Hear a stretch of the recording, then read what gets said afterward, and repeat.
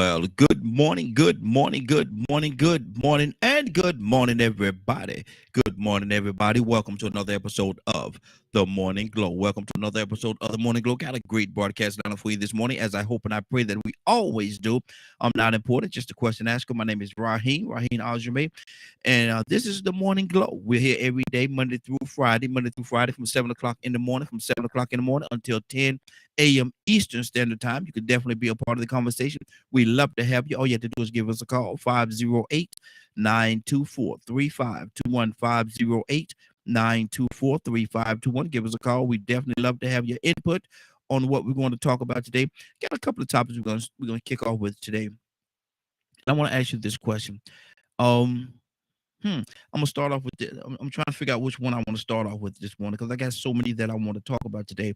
And just for the record, so everybody know, I would not be here Thursday and Friday. We will be doing a rebroadcast. I will be in the Houston, Texas area.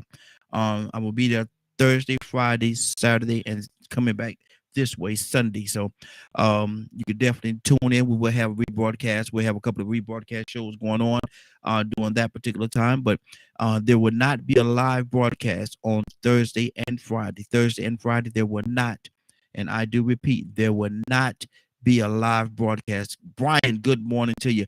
Good to have you this morning. There will not be a live broadcast on Thursday and Friday. So I just want to let you all know that if you tune in and you see a broadcast that you've seen before, don't look at it as being strange. It's just that we are not having a live broadcast on Thursday and Friday. I'd like to keep y'all up to speed as to what's going on. So I don't like surprises and don't like to give you any surprises at all. So now the phone lines are open, 508-924-3521, 508-92521. Now, okay, yeah, this is a topic I want to get started with this morning, and I'm gonna say this to the parents, to a lot of parents out there, because I see situations where your kids. Can I talk to you about your kids? I try not to be disrespectful. I try not to be disrespectful, but I want to excuse me. Wow, I want to talk to you about your kids. Um,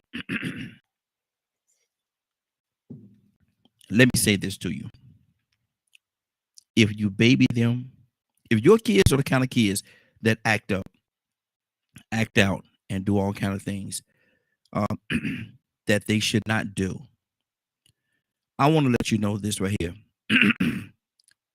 In some situations, excuse me for clearing my throat, morning time, but I want to say this to you: if you baby your kids, it could be a possibility you could be burying those very kids or that child if you don't give them the absolute truth. If you don't talk to them the way that they should be talked to and let them know what's going on. If you try to, good morning, chocolate. Good morning. Good to have you this morning. If you baby your kids, you could be burying your kids. I know you want to be nice to them, and want them to be all nice and calm and polite and all kind of things, but I'm gonna tell you something.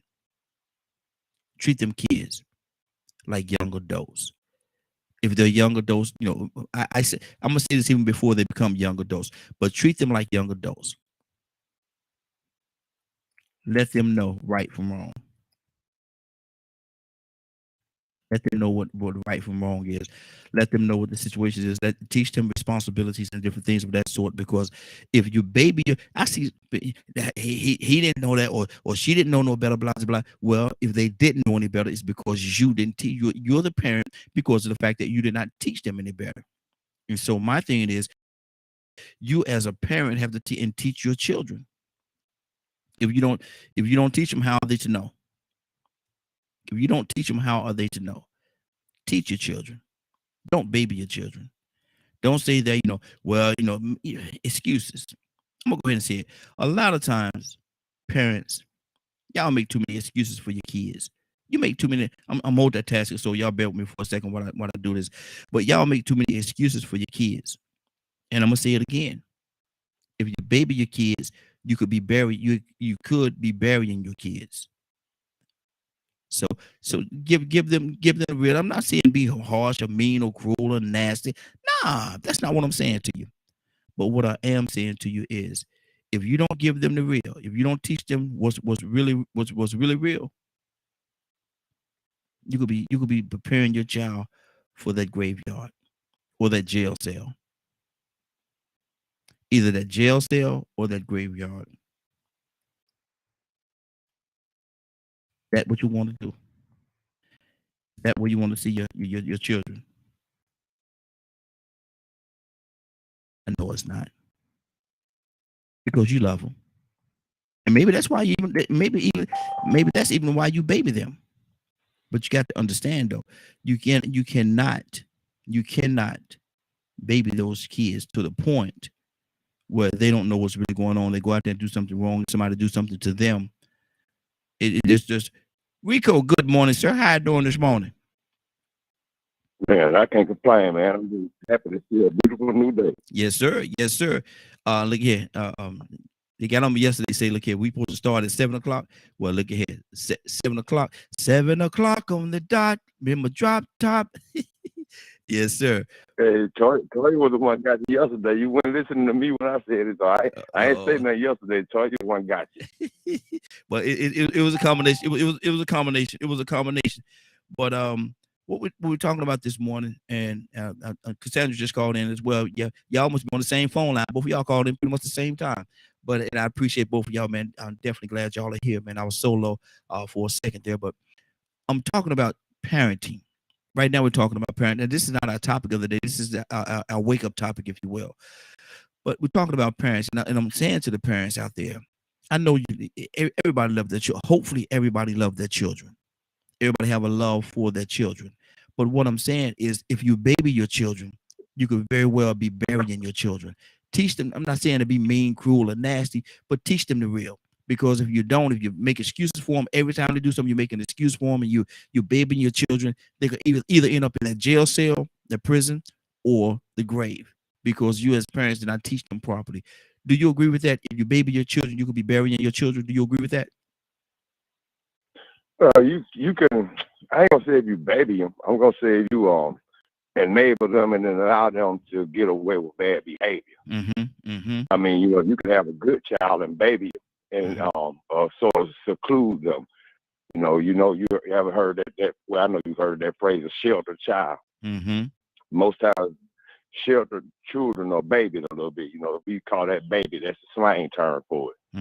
And so, sometimes you might not be setting them up for prison or death of the most terrible situation, but at the same time, you might have them in a situation where they don't understand consequences. They don't understand the response to their actions from other people, or how to have compassion or empathy for other people, because they always get their way, or maybe they aren't prepared to experience the real world. They only know it in a very easy way because somebody's always made it easy for them. It sort of reminds me of that documentary I seen, The 1%. When I wasn't on the 1%, it was by the guy that made the 1%. It was another one that was really just talking to different people. I think it was called Trust Fund Babies or something like that, but that's really who he was talking to. Different children that had trust funds and all. Some of them got mad afterwards and sued him. He's the heir of Johnson and Johnson. Okay. And he had Donald Trump's daughter on there before she even got, up in the White House with her father. Interviewed quite a few of them, and one of them was saying how they had never gone down certain streets, and they always had a driver. And so finally, when they got their own car, I think they were 16 or maybe, they were 18. They wanted to go to the mall, but they wanted to go through an area that they had never been able to go through. The driver never took them through. And he said he went to this mall, and these people were rushing him because he was driving this exotic car, Lamborghini. And he said he was like, looking like, man, what's the big deal? He thought everybody could get one. Wow. Which everybody could. But at the same time, because everybody can if they have the income and they work hard enough. That's their ambition. Yeah. But he thought it was just automatic that everybody could afford one, because he didn't have to. He didn't understand the cost of the economy or wages or the class of people that had to work, but they couldn't earn that type of money to get things like that. So that was a wake-up call for him. And he started understanding this privilege. And they, some of those privileged children, they battle that. They go back and forth, dealing with the fact that they know some people don't have, but they inherit this money and these fortunes, and they didn't work for it. When they see other people working so hard, doing things that they have no clue about doing, or they have no understanding of, and can't make any money, or making things easy for them, the people that help them and take care of them, they realize that they can't afford the same things that, they have.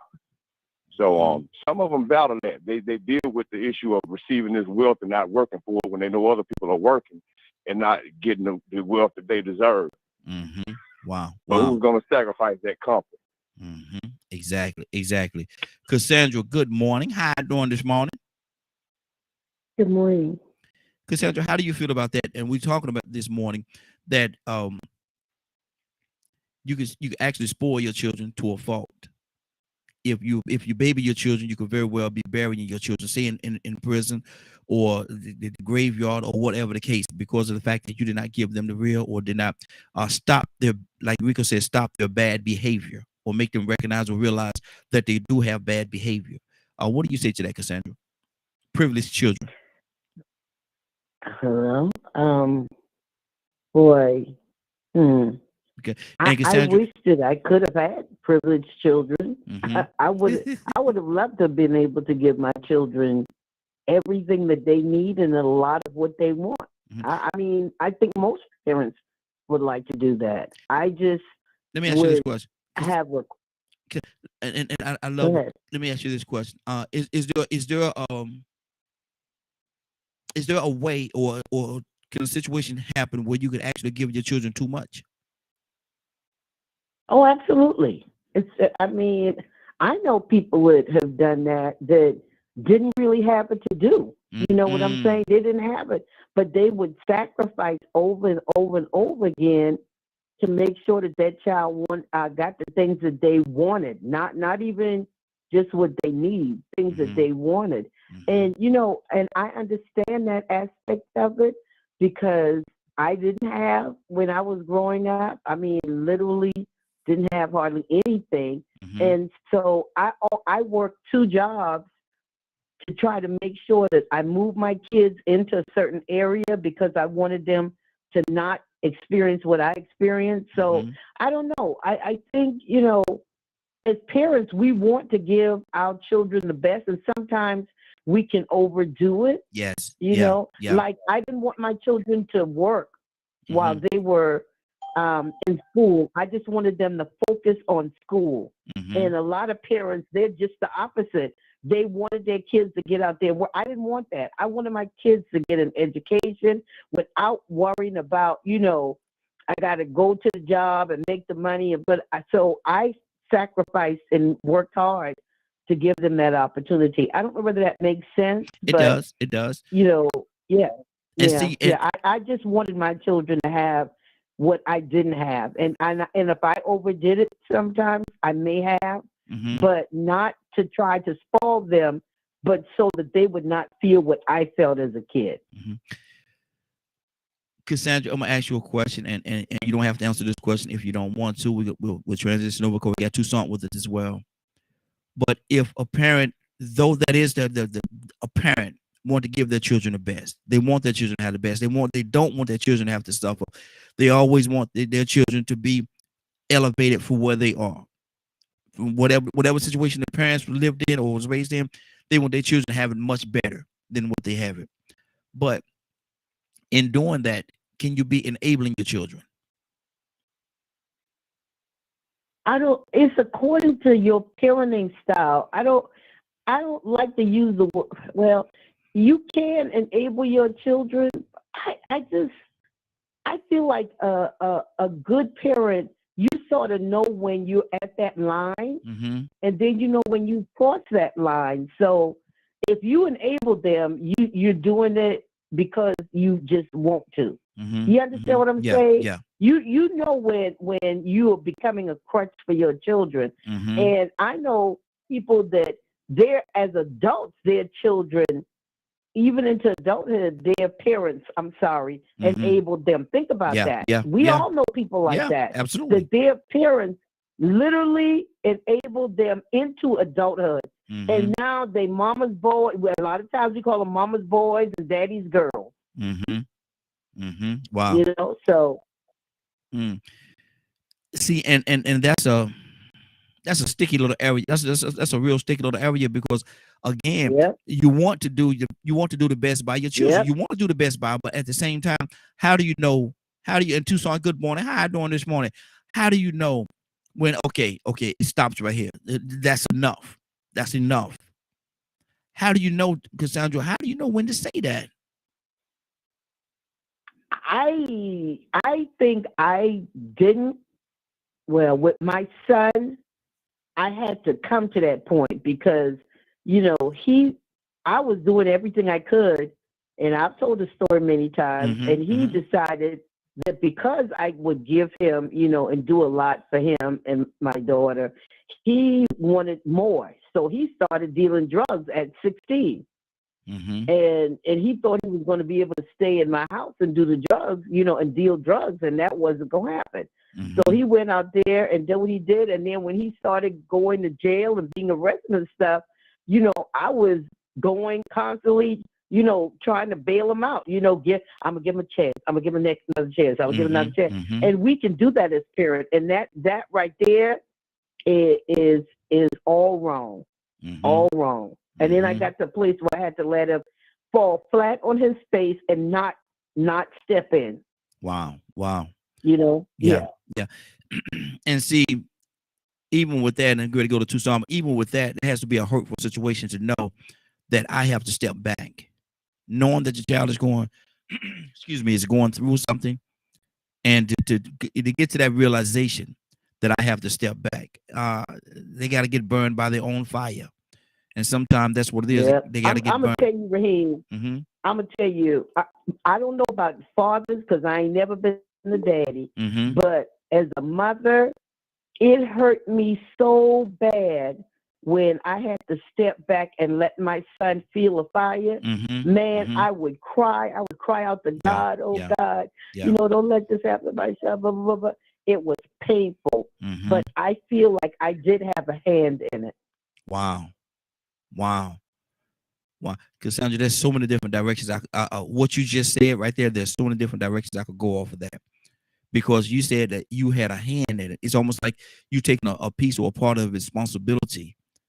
But do we have to, let me go to Tucson. Tucson, do we have to, as parents, if our children act up, and we don't want them to act up in that way, what we're talking about right now is sometimes, Tucson, we're talking about if you baby your children, you could bury your children. And so should we, if our kids go out there and we do everything that we could do to make sure that they're good citizens, do the things they're supposed to, if they go out there and they act up, Tucson, should we as parents take a part of responsibility for their actions and what they do?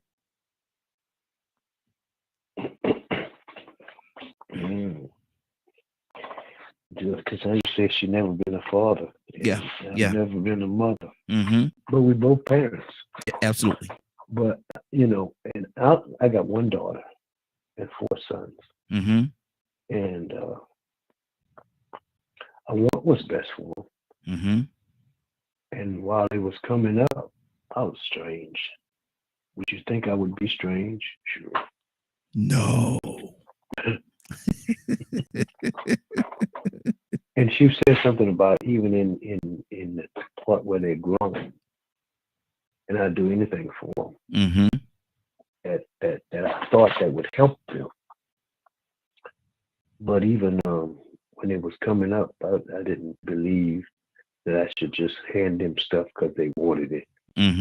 Especially because it was a trend or because that was the thing that was going on. I wasn't that type of parent. But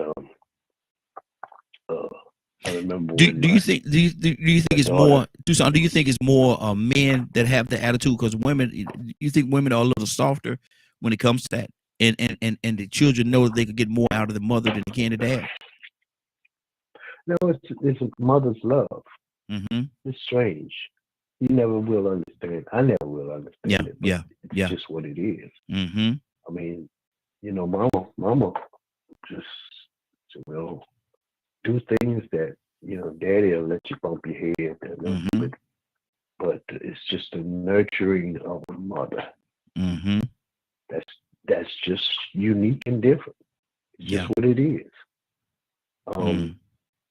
But I remember when my daughter graduated. I hope I'm not throwing out under the bus. It just happened. It's life. She graduated from high school. She said, "Daddy, I graduated." And then she said, "Oh, by the way, I'm pregnant." Oh, okay. And I said, "Okay, well, I'm cutting you off because you got your own family. You need to see about it." Mm-hmm. Okay. Time went on, and she called me. She says, "Daddy, I'm getting married." No, she said, "I got something to tell you, but it's gonna cost you." That's what she said. Mm-hmm. And I said, "Oh." And she had to go. She come back, call back. She says, "Well, I'm getting married." I said, "Oh, really?" Mm-hmm. And she said, "Yeah." I said, "Well, let me ask you something." I said, "Who you married?" "Oh, my baby daddy." "Oh, okay." Mm-hmm. Where does he work?" "Oh, he cuts hair on the side." "Oh, strike one." "Where does he live?"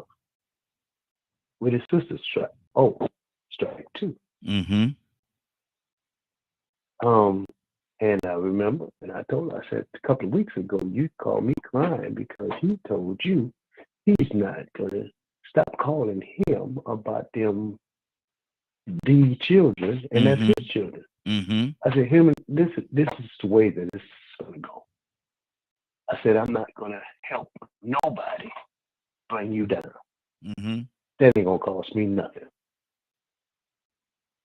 Mm-hmm. And I'll do anything for her. Yeah, absolutely. But absolutely. I'm not that. Mm-hmm. Not that.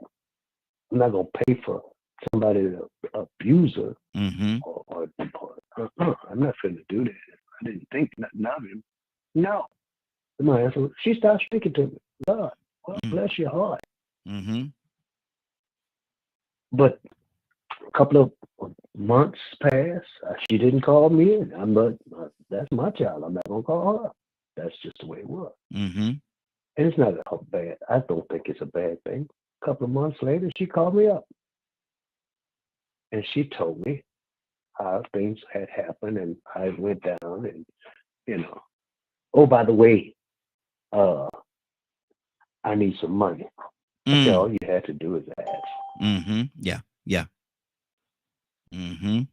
See, it wasn't about whether I was not willing to give her anything. I still do for her now. Mm-hmm. I know she.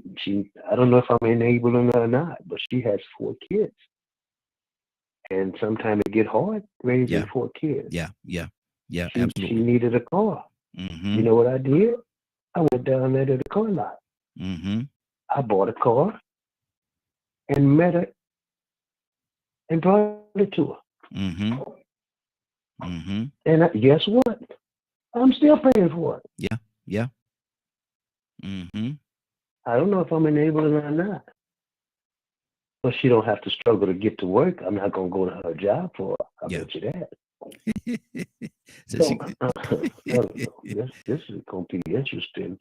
I don't know, because for the boys, I'll do different. Mm-hmm. Now, would you have bought a car for them in the same situation? I bought a car for my son when he graduated high school. Mm-hmm.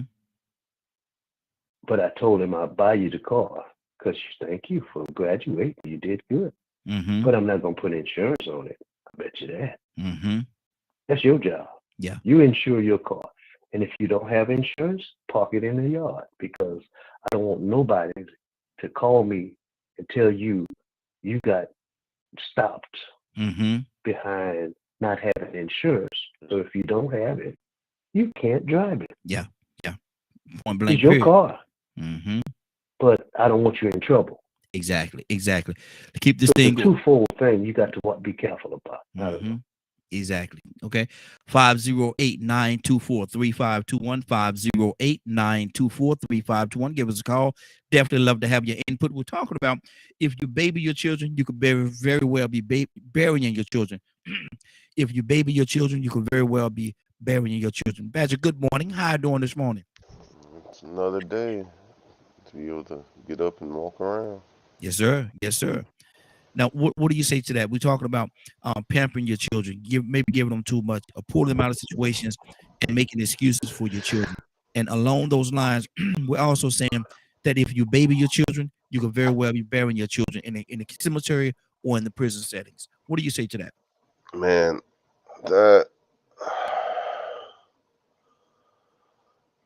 that's something I actually ask myself all the time, because it's,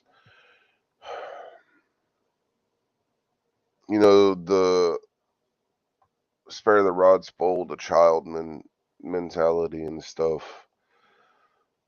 When is it needed and when is it not? Mm-hmm. Excuse me. Where do you draw the line? However, I also feel that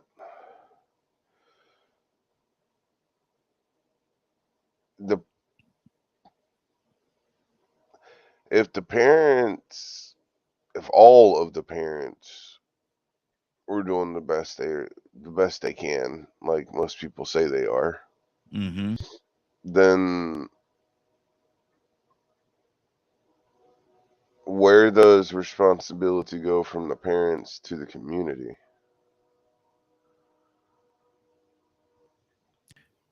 What do you mean? What do you mean by that?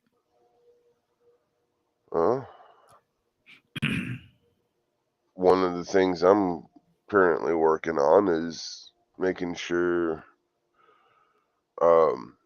is looking to move where there's a good community. Mm-hmm. Because where we live, there's not there ain't one really. So it's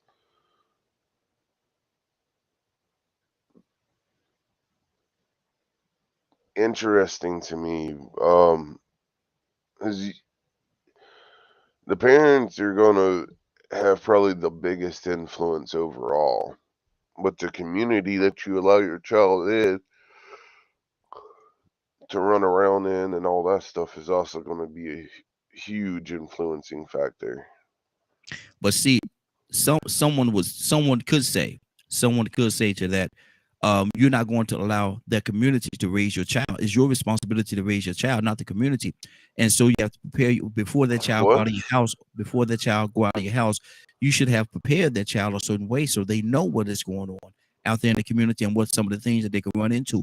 And some people would say, if you are a good parent, then that's a part of preparation, and that's part of being a parent, to prepare your children for what might happen.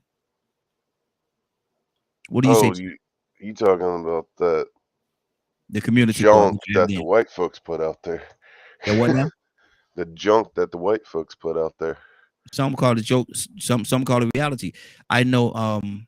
I have daughters, and I had to tell them certain things that to look out for when they go outside of this house. This is what could happen. I don't know if that's a joke or not, and I know people that have boys. I said junk. Oh, you said junk. Okay. My thing is right. I know that some people that have little boys, especially little black boys, they have to tell them if you run into the police or something like that, if you do this happen or that happen, this is what you do. And I understand what you're saying. Mm-hmm. It's that toxicity mm-hmm. that's been handed down for the past couple of generations that has completely derailed the whole family dynamic and community dynamic. I mean, a lot of people I know when they were growing up, there was a lot more community oriented things. Mm-hmm.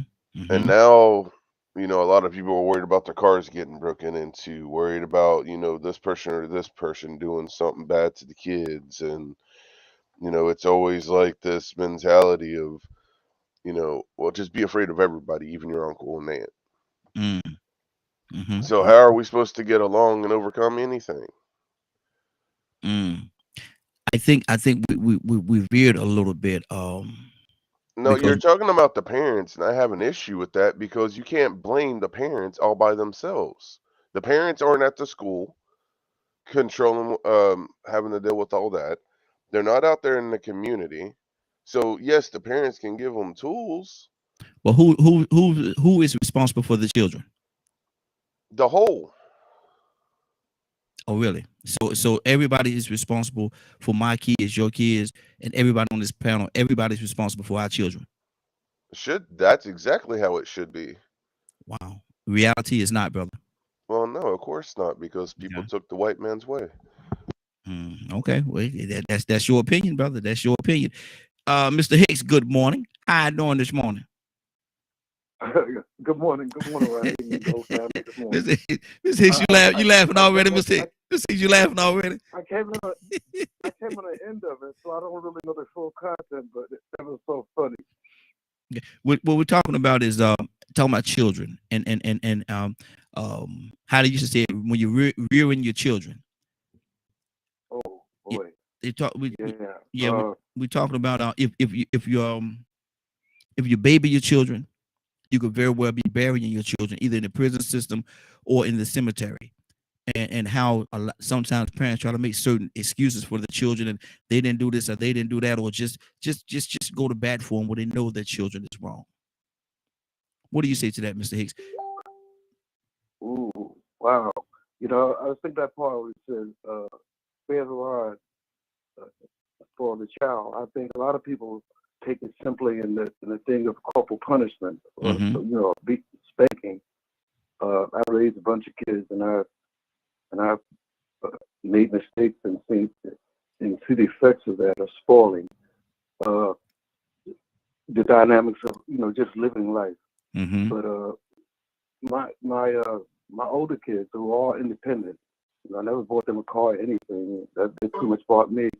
But I remember when I was raising them, they all had tasks.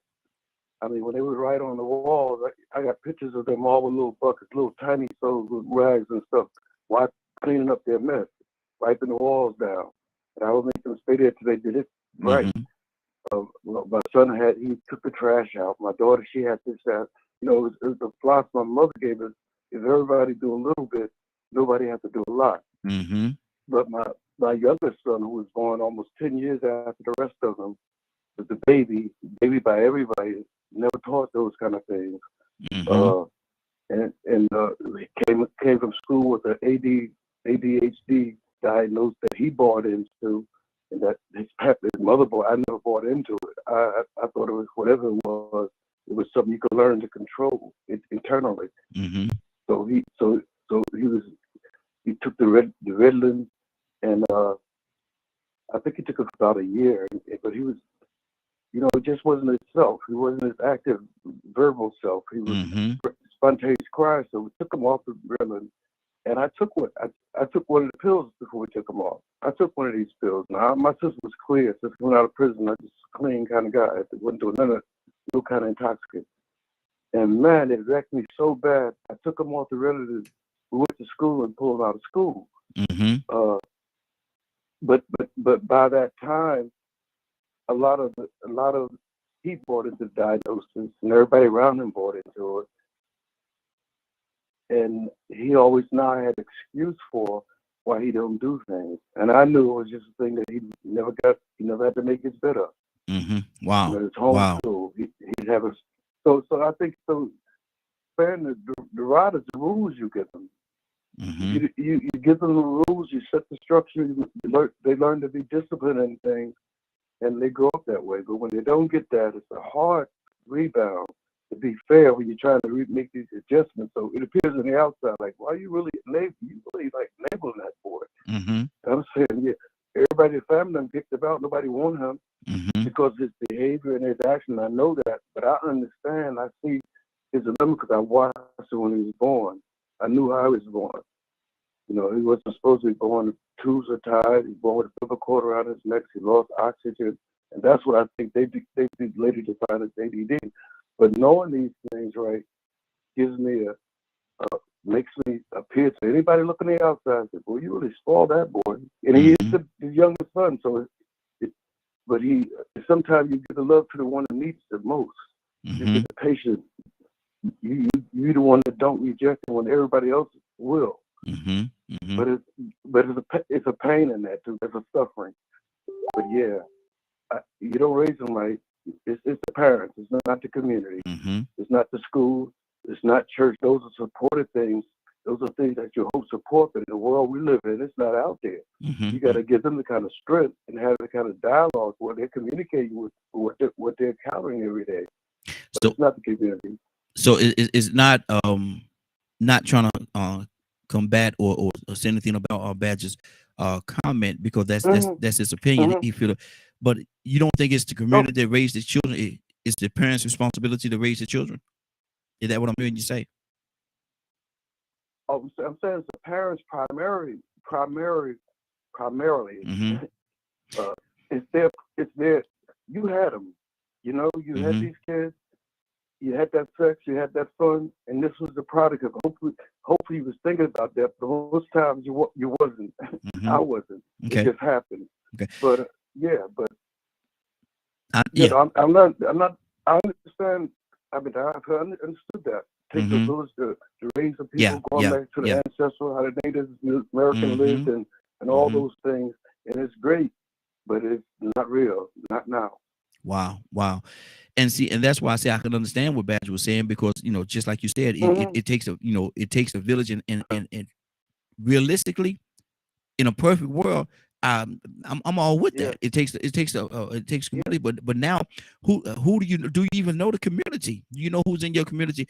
Do you know who have the best intent for your children, or who is trying to do something shady when it comes to your children? Cassandra, what's on your heart? Yeah, I'm sorry. Go ahead, Ms. Hicks. You want to finish your thought? No. I'm just agreeing with you. I was agreeing wholeheartedly. My ancestry is Aboriginal, Native American. It is. So I know how it was. I've been taught those things and hear those things, how it used to be. Yeah. How it used to be for Africa and tribes, but it's a new world. Yeah. Unfortunately. Cassandra, what's on your heart, sis? A couple of things. I came up in the 60s and 70s, and we had neighborhood growth. We had community raising. I did something wrong. Miss Becca across the street see me do something wrong. Miss Becca would jack me up or pop my behind or whatever. And then call my mama and tell her I got another whipping. If the teacher at school needed to pop you, they take the little ruler and they'd pop you across your hand or on your butt or whatever. It was different. It was very different from the way we do now. But we did not have the type of problems that we have in our communities now. And yes, communities have changed. Most people don't even know their neighbors. That's sad. I've always thought that was pitiful. But it was different, and it did work. We did not have the type of stuff going on in our neighborhoods like they do now. And then I wanted to, Mr. Hicks, when Mr. Hicks mentioned about the Ritalin, as an educator, 12 years teaching school, I'm going to tell you, there are kids that need medication. Nothing you do, I don't care what kind of behavioral modifications you try to do. And then as a counselor, now I've worked with children with mental health for several years.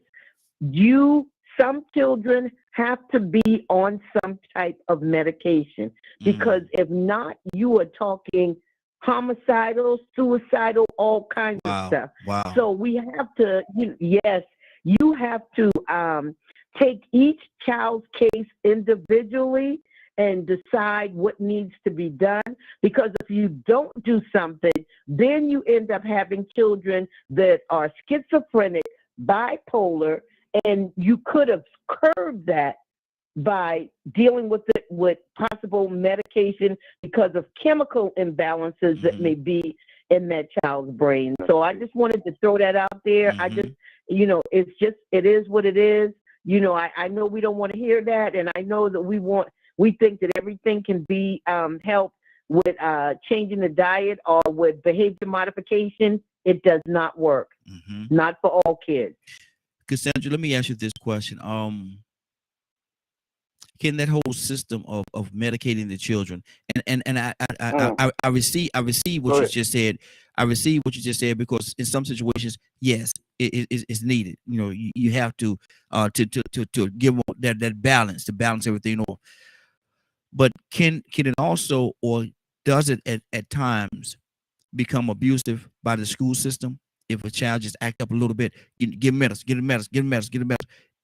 Can it be abusive as well? But see, that's not. See, people think that's how it works. You just don't a child be acting up and no. There are a series of things that they do, IEP testing and a whole bunch of other things that they do. There are tests that are done and run by clinical psychologists and medical professionals that a child goes through before they actually get on medication. They just don't say, "Oh, Johnny must be bad. He always bad. He always doing something." But it don't work like that. Okay. It does not work like that. That's good. That's good. Yeah, I was about to say. I wasn't clear, you know, how that whole system worked, and so that's why I wanted to make sure, not just for myself, but for my listening audience as well, because some people think that. Yes, it's a process. Yeah. Okay. It's a process that's flawed. Before I pulled my son out of school, I did a research. I studied, and I saw with the basic problem that's always been there. It's a matter of now the class size, and the teacher's responsibility to handle these things. The emphasis was that there's a group of kids being born for whatever reason that need a different approach to education. They need a more centralized or more personalized. We're talking about spending money. But if you got a kid like that, if you got a teacher working with him, like, what's that movie, Blindside? I know it's fictional. The Blindside football player that had special tutoring, special ways to get him. So I know this with my son and the experience that in my research, that these kids beginning to take Ritalin early in life, using an outside source of medication to change their emotion and feeling. It sets them up in a world with fentanyl and all the other drugs out there. There's all these other things that it could use to change their consciousness. So I'm saying, even though it's a solution I understand the problem. I'm saying what most of the problem we have, you say, you got a problem, take a pill. Instead of the whole is supposed to go like, what is the source of this? What is the diet? Not just the food diet, but what is the mental diet? What's happening in the home? What kind of confusion? Because there was confusion going on in our house at that time. This boy was born unexpected. His mother wasn't. She had gone back to college. She's getting her life going on, and here all of a sudden now she's pregnant. So there was an emotional thing going on in that process that affected this child. I'm saying all these children going to these schools, these different situations, have special emotional and mental problems. Now, a pill to solve your problem. Look at the world we got now. You got a problem. They commercials on television all over the place. Then they clear this up in, but it could cause this, could do this, and could do that, could do this here. Well, you get taking a pill to lower your cholesterol, to avoid changing your eating habits and living habits, exercising, breathing. Same thing with the COVID. If you exercise, get out in the sun, get that D3, eat right, already doing that stuff, not overweight. Your body builds a system, you're able to conquer what comes into the world. But this whole thing of pills and psychic drug manufacturers, the billions they make off feed these kids, sure, they got a system there. They'll say you got a system, but they don't do it. Okay. Now, so Ms. Hicks, let me ask you this question: do you think there's any situations where a child should be on medication? Sure. Okay. I just want to be clear. I just want to be clear on that. Go ahead. Yeah, sure. That's what the business model is. The more people that take the drugs, the more booster shots you can take, the more other things they take for us, it's more money for them. So it's like everything. It's connected with dollars. Okay. Rico, what's on your heart? Badger coming to you next. Well, first off, a lot of these things that children are being medicated for didn't exist in such abundance like it does now. So there's another reason, a number of factors that contribute to this behavior. I think Hicks is right. Sometimes medication will be necessary for certain things, but there's a lot of contributing factors to that process. Like Rico, let me jump in one second. Let me finish, man, because y'all done got off track. I sort of got something else I want to speak on. This ain't even got nothing to do with parenting to a certain extent. Well, as far as baby to be buried. Mm-hmm. But I just want to make this little statement because I had something else I wanted to say. The children that do suffer from the lack of being able to focus or paying attention also lack of attention. And so that's where a lot of that also comes from, the environment, So, I mean, it's two sides of that. And that's where the parent comes in. Now, you ask the question, can you baby a person till you bury them? And the answer is yes. See, you can. I've seen people over nurture the child. Then I've seen people reward their child by not holding them responsible or giving them consequences for their bad behavior. And some of those children I saw after we got grown, they ended up being killed early. We've seen a number of examples of children that were unruly. And it just seemed like they didn't have no rules at home. Nobody held them accountable, so they just came out in the street and acted like terrorists. And the public didn't assist them, didn't help them.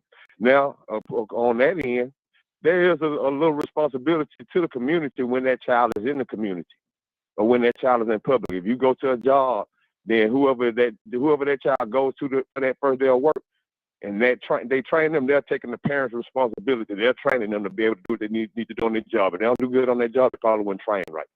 But it all comes back from training. You see, we could talk about spoiling them or babying them with wealth and material things. But then at the same time, we got to understand that our children going to inherit something from us, whether it's material, whether it's money. I mean, you know what I'm saying? They inheriting something every day. And so what we have to do is make sure what they're inheriting from us is positive and it is consistent. That we don't just give them things because we don't want them to teach them how to earn. That we teach them that they have to make good grades to get these finer things that I can afford. I might be able to give you anything in the world. But if you're acting and misbehaving and acting out in public, or not minding me, I'm not giving you these things. I remember having chores. That means you had to do things and get an allowance. I had to make good grades to be able to continue to play sports. I mean, that was a reward factor. But if you have a child that's going from school to school, bullying kids, getting kicked out, acting up toward the students and the teachers and the principal, and they call you up there and you start talking about something, well, y'all picking on my baby. Mm-hmm. My baby said, and then every school they go to, it's the same thing. That baby can act up and see that he could be as bad as he wants to and not get in trouble. That's a reward. You might as well buy him a Lamborghini. So basically what you're saying Rico, is that you're enabling that child to do that bad behavior. Enabling and rewarding. To a certain extent, it's a reward, But see, now the reason why I say it still is the parent's responsibility, because I heard what Badger said about the community. Mm-hmm. Imagine when your child turns 16 and they say, Dad, I want to drive. And you say, here go the keys, but you ain't never taught them. They didn't inherit the training. They didn't inherit whatever it was that you were supposed to. Now, don't get me wrong. I was able to pick up a lot of driving just from watching because I was interested enough. But it was some things I just didn't know. Mm-hmm. I didn't understand all the street signs, the double lines in the road. Mm-hmm. So somebody was going to have to get me out and train me and show me how to drive before they just gave me the keys to the car. Mm-hmm. And they were going to inherit that knowledge. They were going to inherit those tools to be able to learn how to earn and respect people, how there were going to be consequences behind being bad and doing evil things, being criminal. You have to, you can enable somebody or baby somebody till they bury themselves. Mm-hmm. And you'll be actually contributing to that because you never held them accountable. Yeah. You never taught them responsibility. You over nurtured them and never held them accountable or broke that thing that they were doing because you blamed it on somebody else, or you loved your child too much, and sometimes we got to understand Because hold on. addiction is Stay right there for a second. You said because you love your child too much. Now, is there such an animal? Yeah, you could be so in love with them that you're addicted to them. You adore them to the point to where they can't never do no wrong. You know, man, look, I'm so real, I can't even use fake names. That's why I try not to tell stories. But I know of people like this, and I knew that they were going to die at a young age because I watched their mama blame everybody. Yeah, everybody. Until they finally just had to drop out of school. It was never her child's fault, but he had all the women. She kept them dressed and clean. And she was one of them women that you know, had children by different dudes, but she always had children by men that had money. That was popular football players that were local, you know, had potential. You know how that goes. Well to do. You have the apple. Yeah, well right. To do. Yeah. So you know, you can see this situation happening in so many ways, not just with men, but with women too, with girls, and the way parents spoil them and don't hold them accountable for how they treat people. You know, you got to have a balance. You have to show people that they have to earn these titles in a respectful way. They have to earn these gifts and these material things, or even just the right to drive. You know, if you have a car that they can drive and you trust them, or you have one that you could buy them and get them when they turn 16, at least let them know that there are certain responsibilities and priorities and other things that they have to take care of to be able to have the right to drive. You just shouldn't have privileges just because. Exactly. If you're not careful, then you'll have somebody that always feel like they're entitled to do what they want to do and never have to do anything for it. Good. Never Stay have right to there. earn it. Good. Stay right there. Let me go to Badger. Badger, what's on your heart, brother? So the comment I was making about the whole community thing is the parents are the primary. The ones that you let your kids hang out with is the community. Which in essence you would think that, you know, they're similar as far as being on the same page. You know, they're going to respect the rules that you gave your kids and things like that. Now, my view of what Rico's talking about is neglect. They're not giving kids what they need. They're giving them what they want.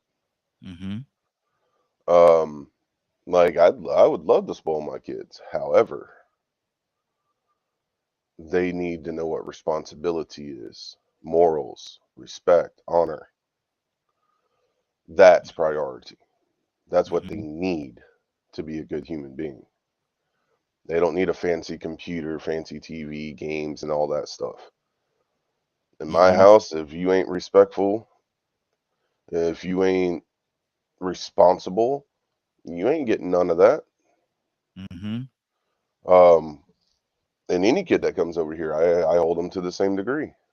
And I tell the parents, I'm like, look, your kid ain't getting away with stuff here. Because to me, it's not only just because it's being a parent, it's also being responsible to others. Because I live by a rule, be responsible for yourself and to others. And I'm teaching my kids the exact same thing. Everything you do affects everything around you. And it shows not only how you were brought up, like if you go out there acting a fool, everyone's going to think that me and mama are no good. They're like, what? I'm like, yeah. Because they're going to ask you who raised you. I'm like, so everything you do as a human being has consequences, good or bad. And that's something I feel has been lost. Wow.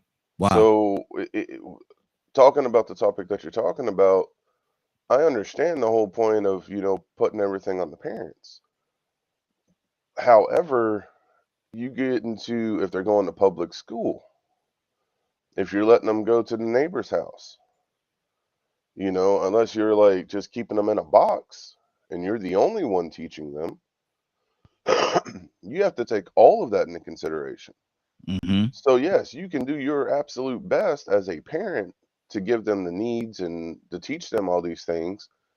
But if they're learning the polar opposite everywhere else they go, it's kind of like, oh, so only my parents are like that. Wow, So that's good. Go ahead, brother. Finish your thought.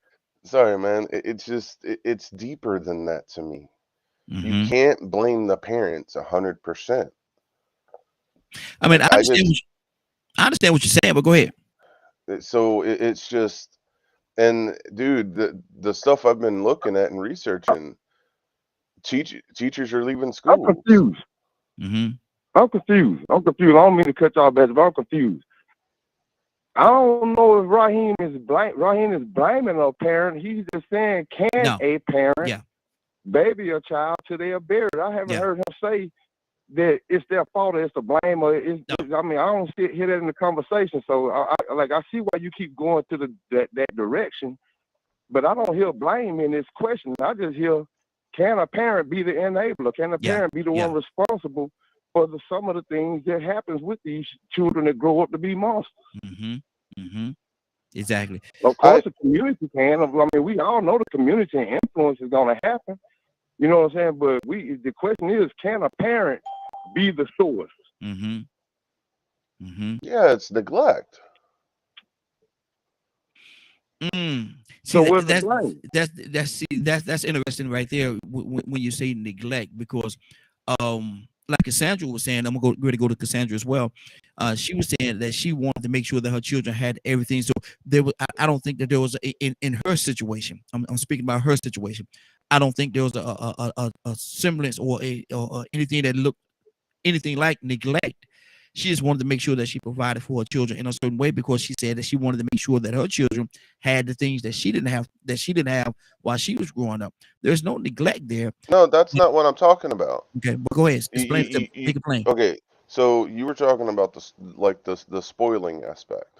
Mm-hmm. And Rico brought up, the woman that he knew that it essentially taught the child to blame everyone else and not be responsible for themselves. Mm-hmm. Okay.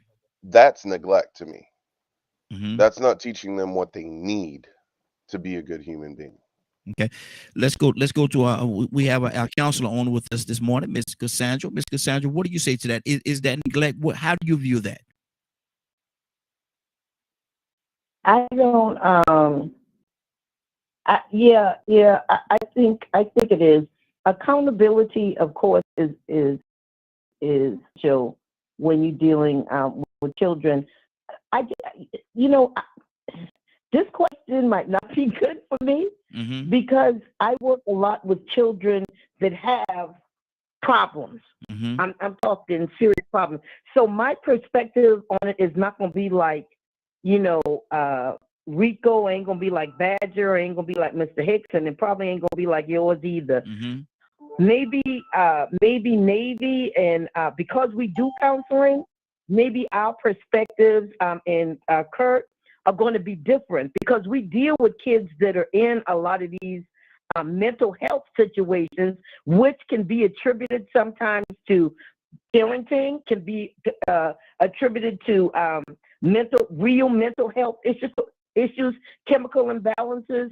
So I think my perspective on this is going to sound weird probably mm-hmm. to a lot of people, but I know I have a friend that she did everything right within her power mm-hmm. to help her son, but he had, from 4 years old, he had mental health issues that showed up that caused him to act out, to be violent toward her and other people, and that never changed until he got on medication, when he would do the medication, because then he got older and he didn't like the way it made him feel. But the only time he was really any semblance of stability was when he was on medication. So my perspective is definitely going to be different from a lot of people, and I get it. We feel like, the parents may be at fault, and no, they need to take full responsibility. I just don't believe like that. I believe it takes, even as a counselor, that's a community mm-hmm. to help some children get it together. Wow. I'm just saying. 508-924-3521. 508-924-3521. Give us a call. We definitely love to have your input. We're talking about if you baby your children, you could bury your children. If you baby your children, you could bury your children. And we're coming from an aspect of if a parent is always neglecting. I'm gonna use the word neglecting, and it's not what we're talking about right now. It's actually not neglect. I'm just using that as an example. If you're neglecting the fact that your child is acting up, if you're neglecting the fact that everywhere your child goes, there's a problem. He or she is doing all these things, but you keep making excuses for him. Well, he didn't know this, and he didn't know that, or she didn't do this, or she blah blah. You make all these excuses. If you baby your children, you could very well bury your children either in the prison system or in the grave. Captain, good morning, sir. How are you doing this morning? Hey, good morning to you, Raheem, and good morning to the great panel of my fellow comrades who are very much experts in many of this field that you're talking about. I'm very honored, of course, as I always, to be on your show. Honored to have you, brother. Honored to have you. What do you say to that? If you baby your children, you could very well bury your children. Is that true? Well, there's some truth to it. There's no question about it. Who was that? That was Sister Cassandra just got off? Yes. Yes. Cassandra? She made a very, very valid point. Okay. That, dealing with very difficult children, you have to take into consideration that she looked at it from a counselor eye. That it is a difficult thing for any single mother to deal with, especially the male child. It's very difficult. She's the mother who's already going through very difficulty because she's a single parent. She has a male child or a child period that she's raising with the absence of the father who plays the balance. The father, he's the balance. Anytime you take the balance out of a stable situation, you don't have stability. You have what you call instability, and that's what our sister was saying.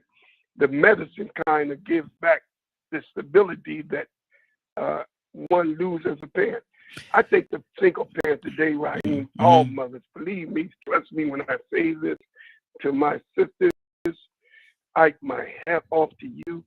I salute you for the great job that you are doing, trying to raise any children without the aid of a male figure.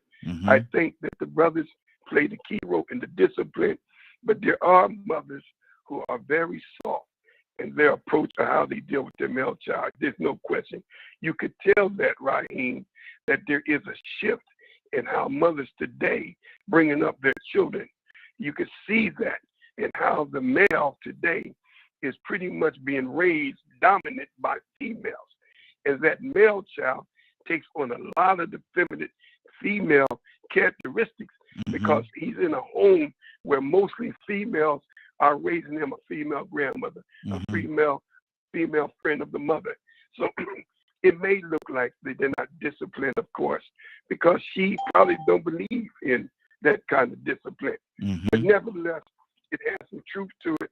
And I think that what we need to do is understand the difficulty of the environment, the home that woman is going through trying to discipline that child. So, of course, there's some spoiled children out there. And I want to say this one thing, and I'm going to, as Brother Curtis said, then I'm going to land the plane.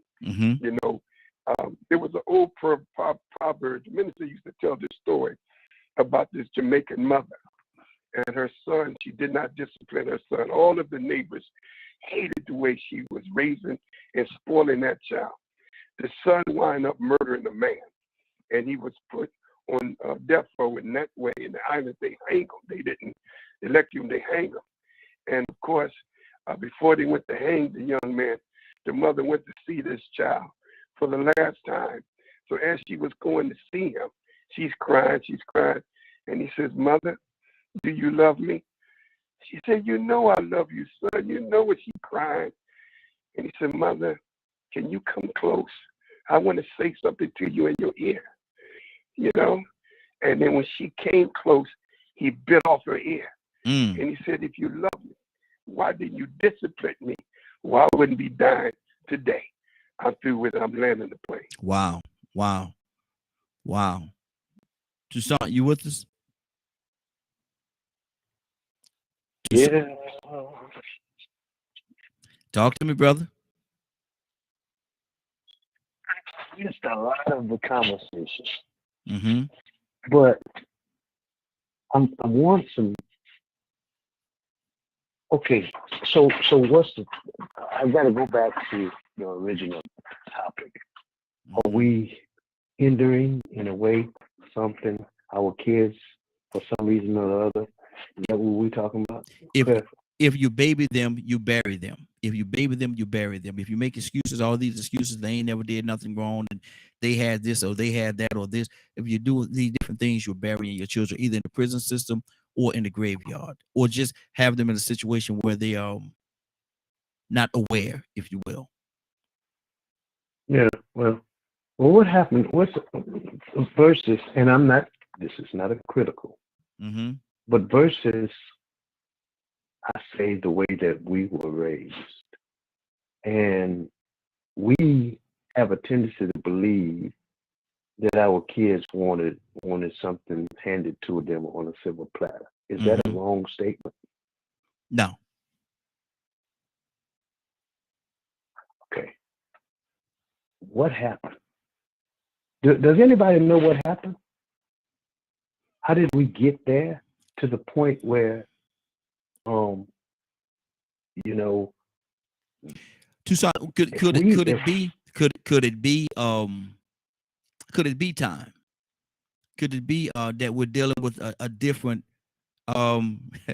grade of children? Who raised their children? Who's raised? It's not the child's fault. Mm-hmm. You can't. It's a different grade of children because we're grading them. Mm-hmm. Mm-hmm. Putting that out there. We're molding. We mold children to the way they are. If they get 15, between 6 months and 15, you can't blame that child. Mm-hmm. It's us. My child is a product of me. So basically, what you're saying is we're watered down parents. Well, I would say that we might be, perhaps. Mm-hmm. If they proud to have Nike tennis shoes on their feet and they can't spell, is that Nike's fault? No. I heard something, and I didn't understand. It's not personal, but I heard something that we're going as far as, and I know, and I don't want to call. I can't do anything. I can't have this conversation without saying I heard something bad you say. Mm-hmm. And I want some clarity because my community that I stay in is not my child's fault. I moved there. Mm-hmm. I moved there. Mm-hmm. But I don't look for them to do anything for my child. Period. Now they're gonna impact my child some kind of way because he has to leave the house.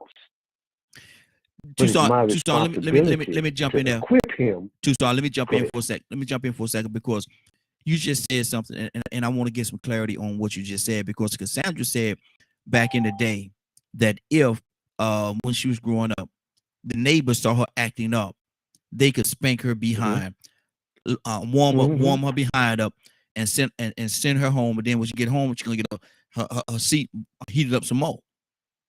But now in this in this day and time, your neighbor.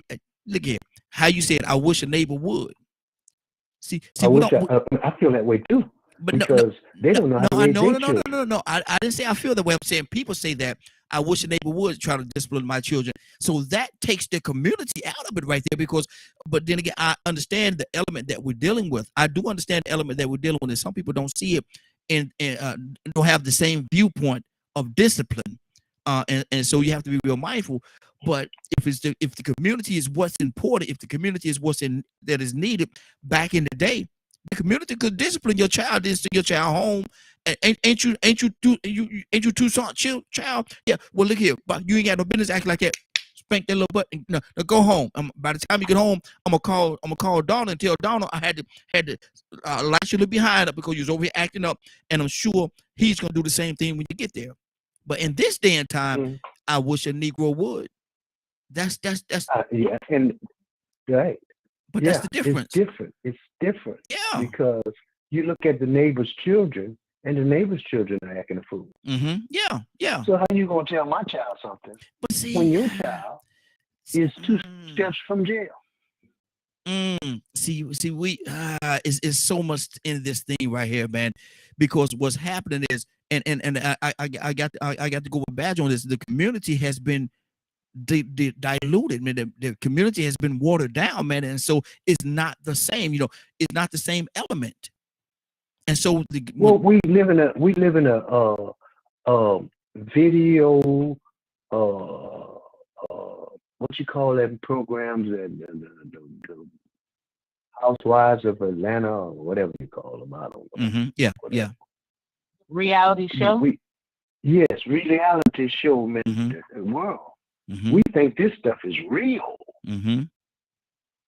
We think reality shows are real. And that's the way we should conduct ourselves.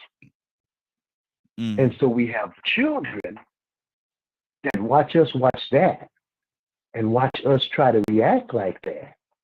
And they mimic what they see. And here we go.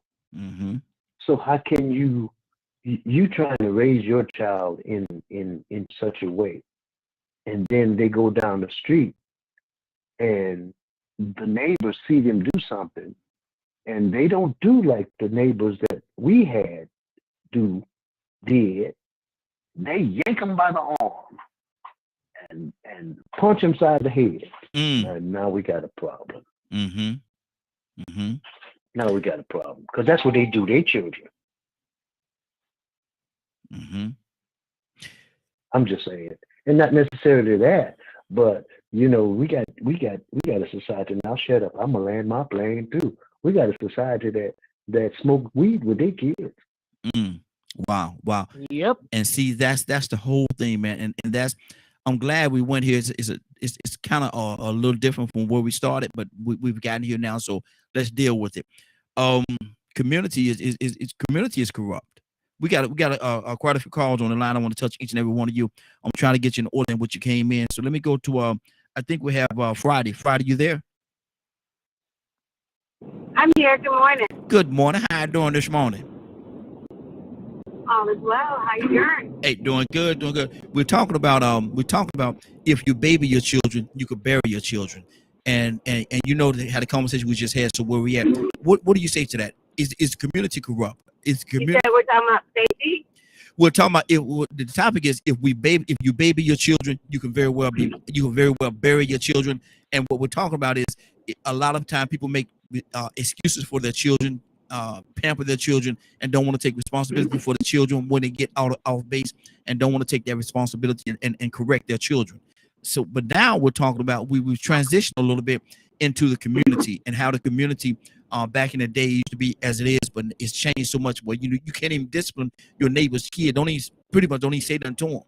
Just so where are we?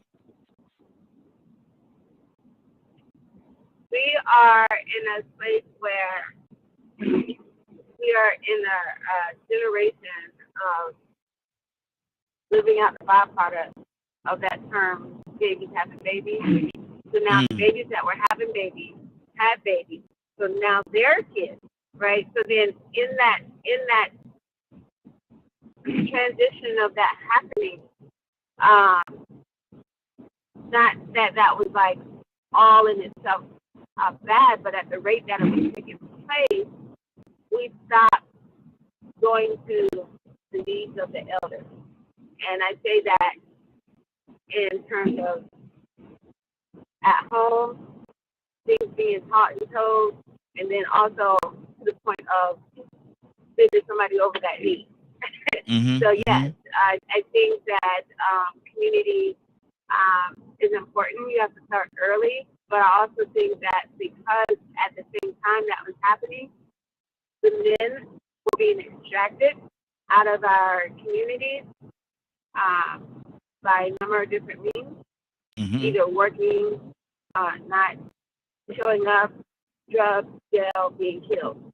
So then it shifted the dynamic of that. So then now there was a level of like security to a certain extent, for lack of better terminology, that was had so that those things could be taken care of and paid attention to. So there's a combination of impact points that happen that has shifted in what we consider and call community, what the community looks like in terms of safety, and then also there's been a shift, well, nationally on the level of what's been determined acceptable in terms of society. You have more people brave and out in terms of their poor behavior, and it's making it seem like it's okay and it's right. And TV has a lot of influence, social media has a lot of influence as well. So in terms of, and I'll clarify that, is meaning like more attention has been drawn to, these behaviors of, I can do what I want, you can't tell me what to do. And then the adults, because they're still trying to find themselves, because remember, babies that was having babies, they're just now trying to find themselves. So in terms of, I had to do this, so now I'm going to live the good life, or now I'm going to get back what I feel like I lost. And as it was stated, I'm bringing my child along with me. So we drinking together, we clubbing together, we smoking together, we doing everything together, because I'd rather you do it for me than somebody else. Wow. And that's the mentality that we're running into. Wow. 508-92. Mute your phone, Friday. 508-924-3521. 508-924-3521. We're gonna go on this number right here. We're gonna go on Navy, Toya, and then we're gonna go to Kurt, and then we're gonna circle back around. So good morning, Navy. How you doing this morning? Good morning. I'm good. How y'all doing? Hey, doing good. Sis, what's on your heart? Oh, interesting topic that we talked about this morning. And Thank you. It comes with a lot of layers. I mean, from what I've heard talking about the question, I'm just paraphrasing because I can't remember exactly what the question was, but basically, can you if you baby your children, you can bury your children. I think that with something that we talk a lot about on this show is like balance. I mean, you need balance in everything, and I say that, but also thinking about the fact of who we're asking to find this balance may have not known. Like, if I have a parent that comes into my office and brings their child in, and it's just like, here, fix them. And if I'm asking this parent to find balance, but that parent never knew what balance was for themselves, then I'm kind of asking them to give me something that they can't at this point. And a lot of the time, and parents don't want to hear this, and I'm not saying that this is straight across the board for everyone, because when we're dealing with situations like this, it's not cookie cutter. It's not a one size fits all. It's literally a person by person, case by case, family by family. But when I meet with my kids, I'm not so much as assessing them in that initial assessment. I'm assessing the generation. And I think that what I'm going to be working with this kid is going to determine what the mother or what the father or what the parents have already taught them. What has the parents instilled in them? Because a lot of the time, and again, this is not across the board for everyone, but when I have these parents that come in and just like, here, fix my kid, what they don't want to hear is that it's not them that needs to be fixed, it's you. Because they're mimicking what was taught to them. Wow. A 6-year-old isn't going to, well, I can't say in today's generation, but there has to be some exposure somewhere to where they picked up this behavior somewhere. And in all fairness, It could be from social media. It could be from school. It could be from TV. I mean, in all fairness, let's do that. But whenever you're coming into my initial assessment, and if you're talking to your 5-year-old the way that you would your homegirl, then that's the problem there.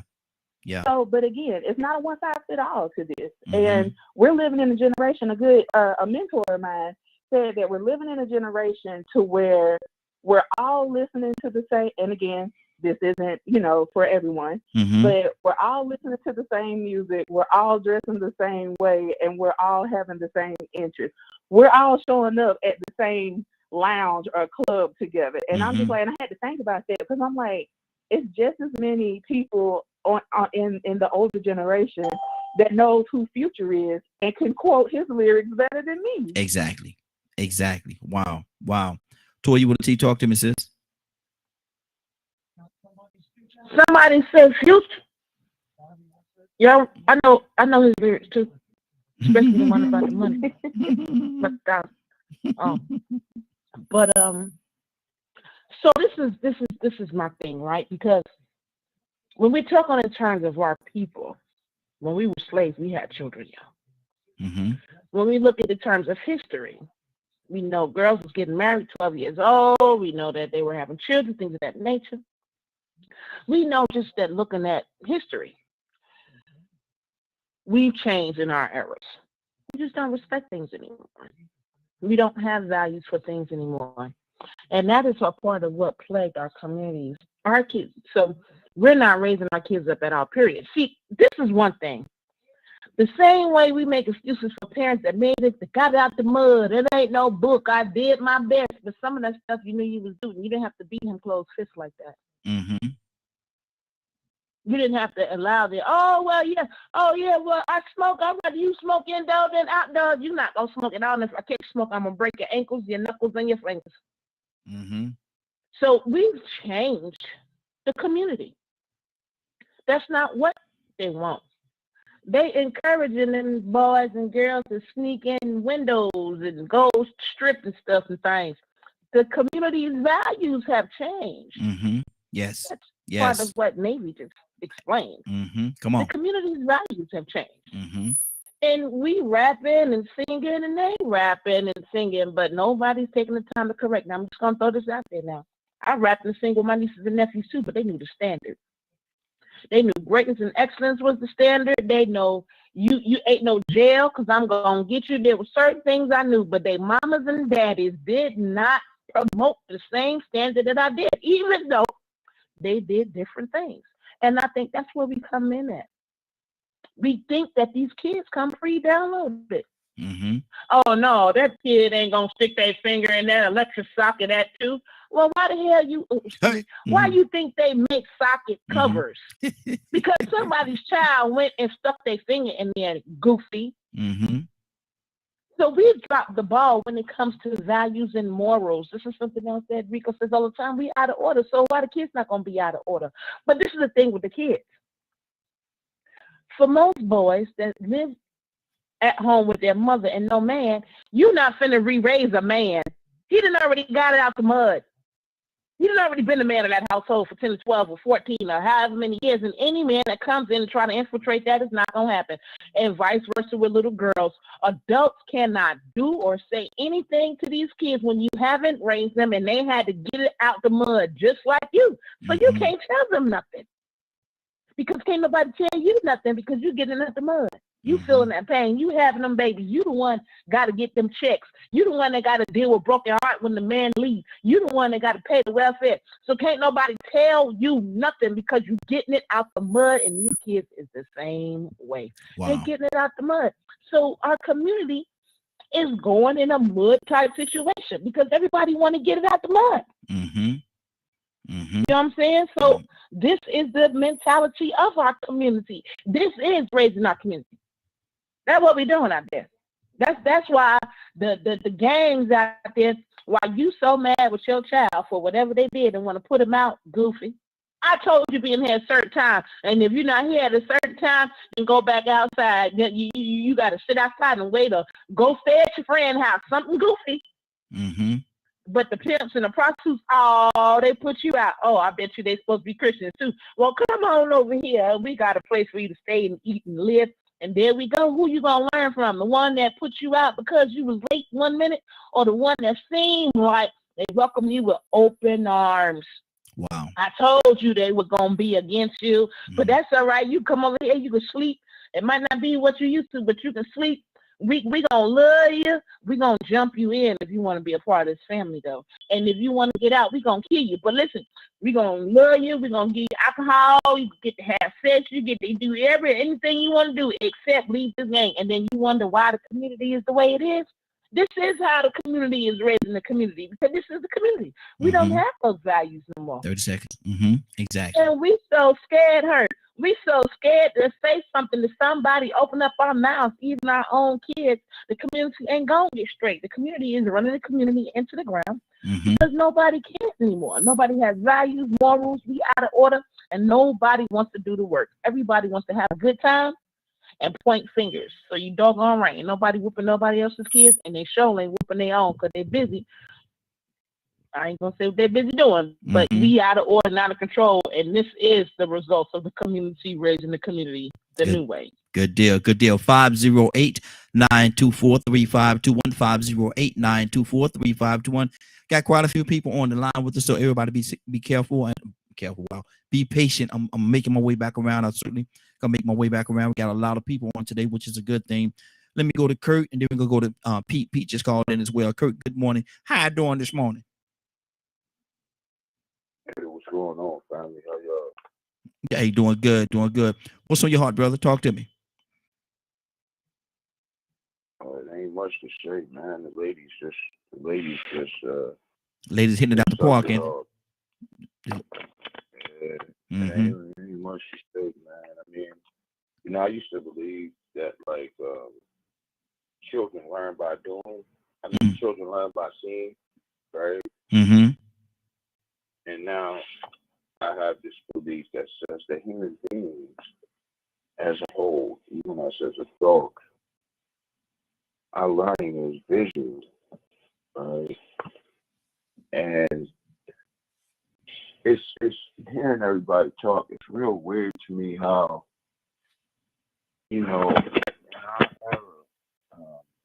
a lot of the things we did were, a lot of the things that we did rebelliously system that was trying to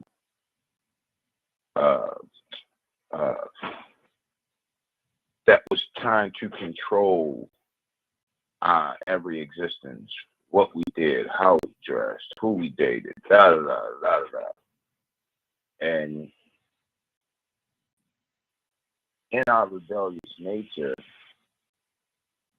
we became the robots that we was fighting so hard against. I mean, we wore our clothes backwards.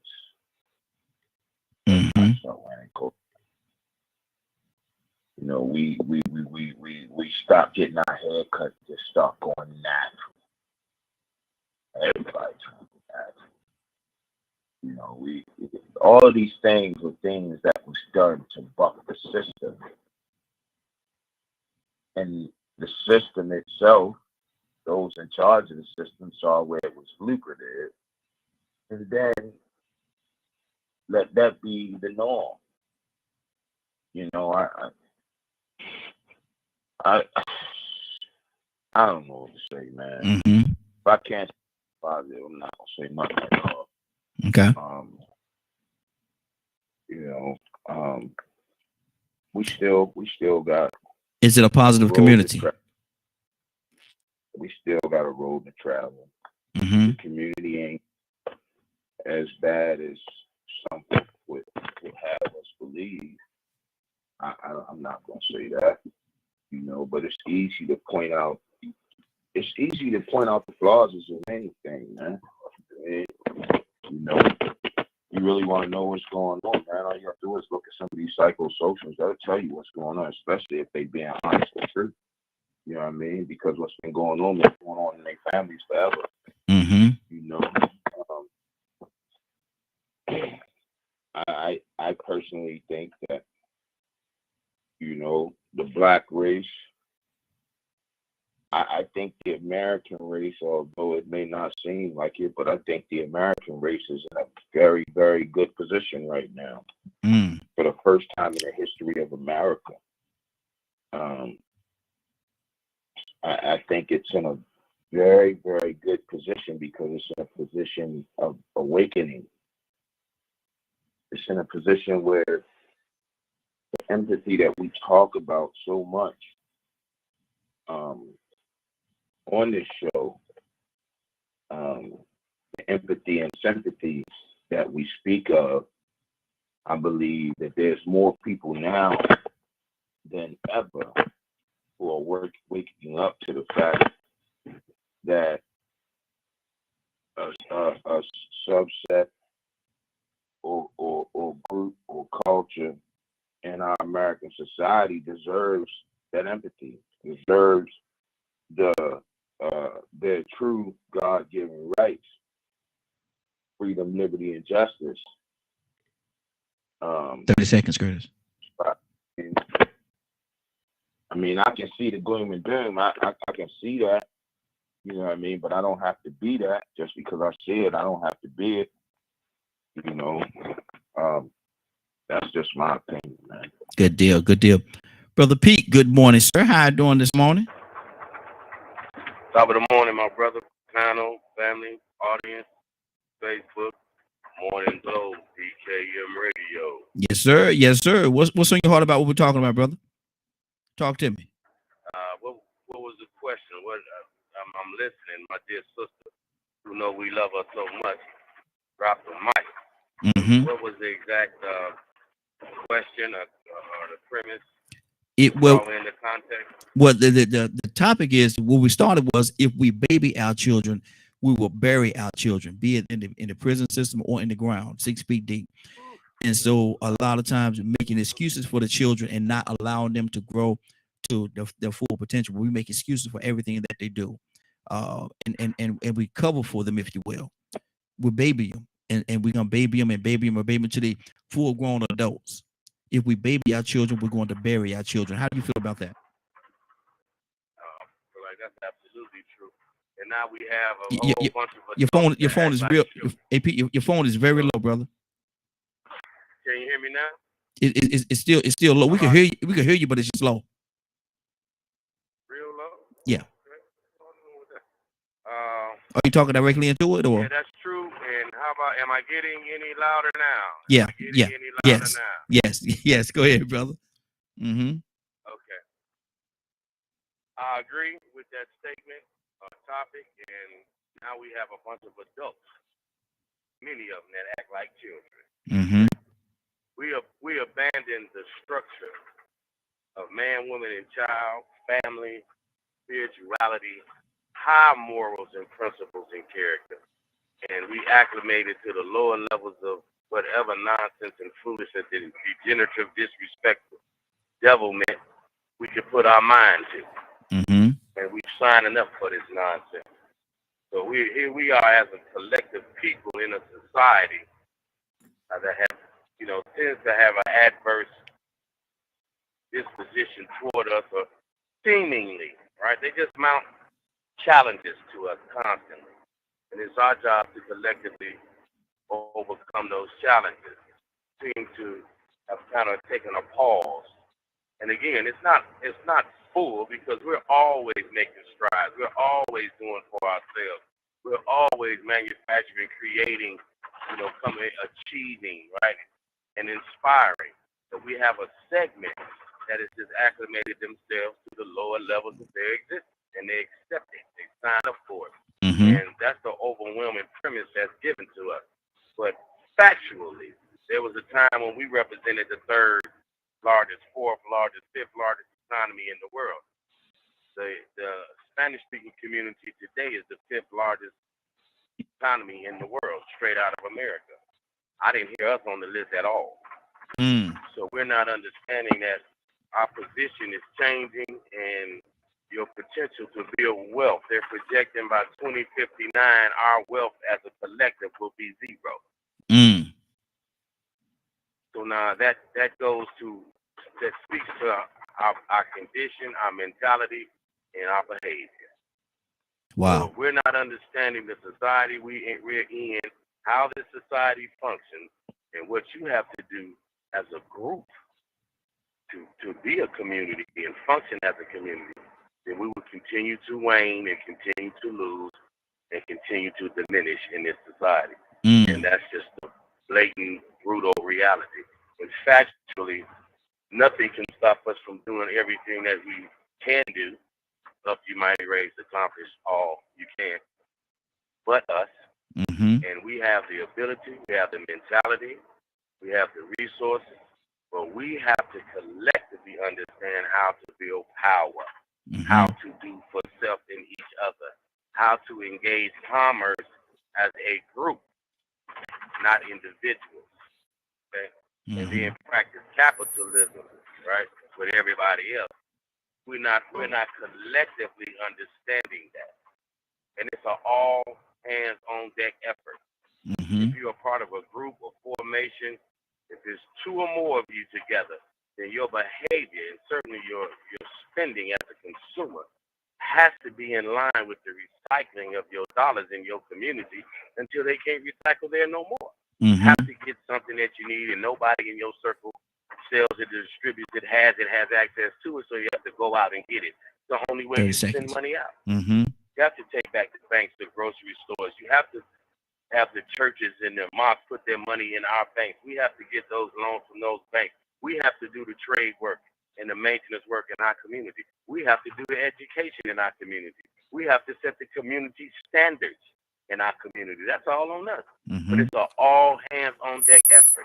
As long as we're spread out, focusing on everything we can come up with or find out about, and not do the groundwork of building our individual, family, immediate living area, neighborhood, turn it into a community, get some culture, some identity, and reinforce it through your behavior and act like an ethnic group of people while you proclaiming your nationality to reestablish your position and reinforce the culture. Well, then, the projection is by 2059, we all going to be broke. Wow. We're going to go in this order right here, so everybody be on standby. We're going to go on Rico, Badger, Mr. Hicks, Cap, Navy, and Cassandra. So, Rico, what's on your heart, brother? First off, let me say thank you to Navy for really just, making it plain and simple what it has. The community does have an impact, and Trend runs the community. Everybody you see out here ripping and running the street, they're keeping up with Trend, ripping and running. But if you are a good parent, we always say, sometimes we say things and then it seems like we forget these things really are supposed to be a part of our life, not just a cliche. It starts at home. What that means is what's out here in this world. You were a child once before. You came out here in this world and experienced things that you couldn't take back home because the expectation was different and the standard was different.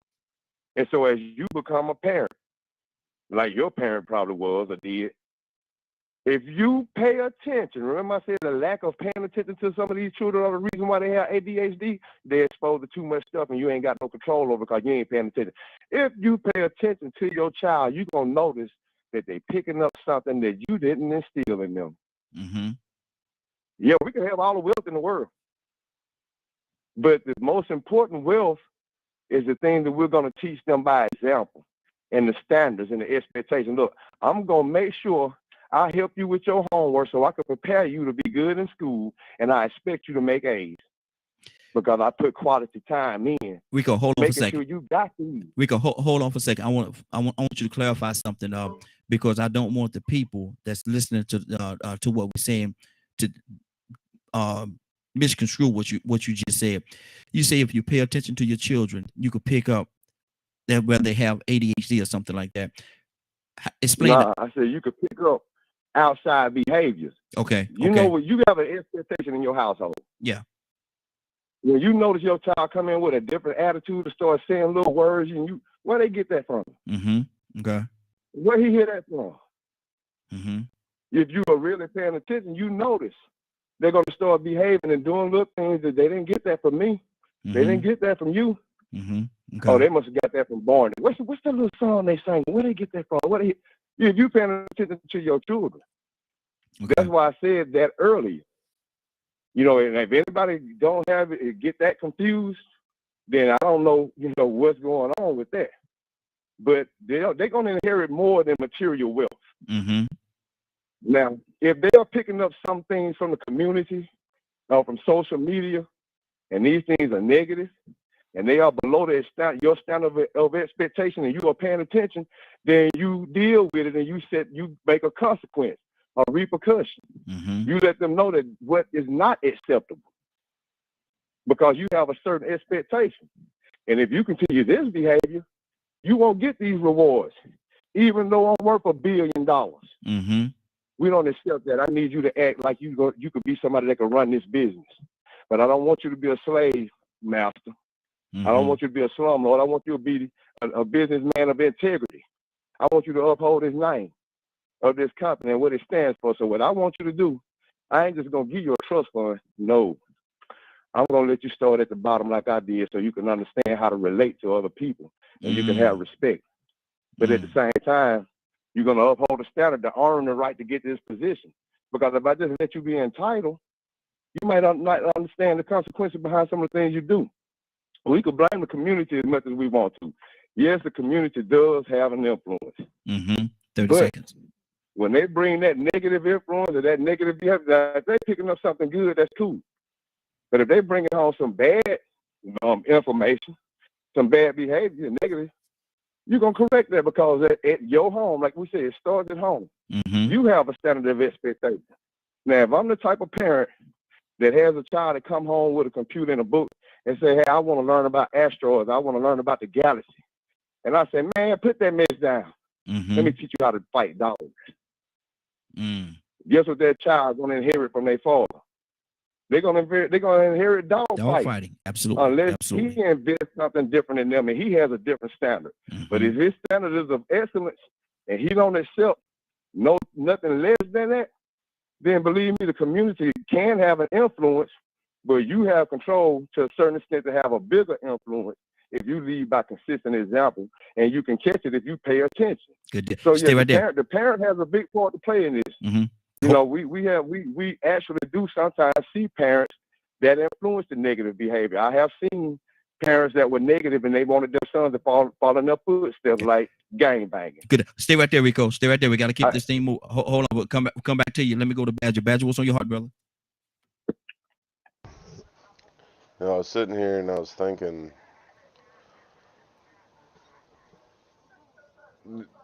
the reason I continue to say the things that I'm saying is I see examples all the time of how, and I'm hearing, the way people are talking about the community. And to me, there is such a fine line of community responsibility and parent responsibility. Last week I shared a video of an amazing woman that volunteered at a high school, in a place that was really, that they needed it. They needed someone that could run the school that couldn't, and the person not be swayed. A person that could, handle all of the nonsense that was being put onto her. And every day she lived by example and treated all of them kids with positivity. And it changed a lot of kids. It helped a lot of kids that were in homes where the parents weren't so good. Oh, she was a parent and her kids grew up. So she took the responsibility of adopting other kids to help them. They weren't her blood, Mm-hmm. but she took the time to help them. Mm-hmm. So to me, the reason I say that I keep bringing up the community thing is, yes, inside my household, I am responsible for how my kids are going to react, engage, and all that stuff with other people. But wouldn't you expect, let's say, you have grandkids, right? Yes. And wouldn't you want me to also make sure if they were coming over for a sleepover or something like that, to hold them to the you knowing how I raise my kids, hold them up to the same respect? Mm-hmm. Mm-hmm. So in that essence, because you're not here, am I also being the parent of that child while they're underneath my house? Mm-hmm. Okay, I'm with you. So to me, that's where I'm coming from. Mm-hmm. It's the responsibilities we have as adults to acknowledge if they have a mental health or a chemical imbalance and make sure they get the medical help that they need and fight for it. Mm-hmm. It's our responsibility as parents for the kids that we have to do the best we can to raise them to be proper human beings. Okay. Okay. And I don't think nobody is speaking against that part of it. I don't think anybody's really speaking against that part. It's just that we know that the community itself has been swayed a little bit, if you will. It's been swayed. Okay. So hold on. We got to keep moving, brother. Just real quick. 3 minutes. Go ahead, real quick. So the parenting of Cassandra, Mm-hmm. Navy, Kurt, isn't just within their household. Mm-hmm. It's also when they're counseling and helping other kids. But we can't equate individuals with the whole. You know, there's certain individuals that's doing great things. You get to the point that I'm getting to. I understand what you're saying. Okay. Hold on, but let me go here. We're gonna go to Mr. Hicks. We're gonna go Mr. Hicks. We're gonna go to Captain. We're gonna go Navy and Cassandra, and then we're gonna keep circling it from there. Mr. Hicks, what's on your heart, sir? 3 minutes. Oh wow, yeah, 3 minutes. I want to piggyback off what Rico was saying, and I think he might be doing it from just having a spiritual insight.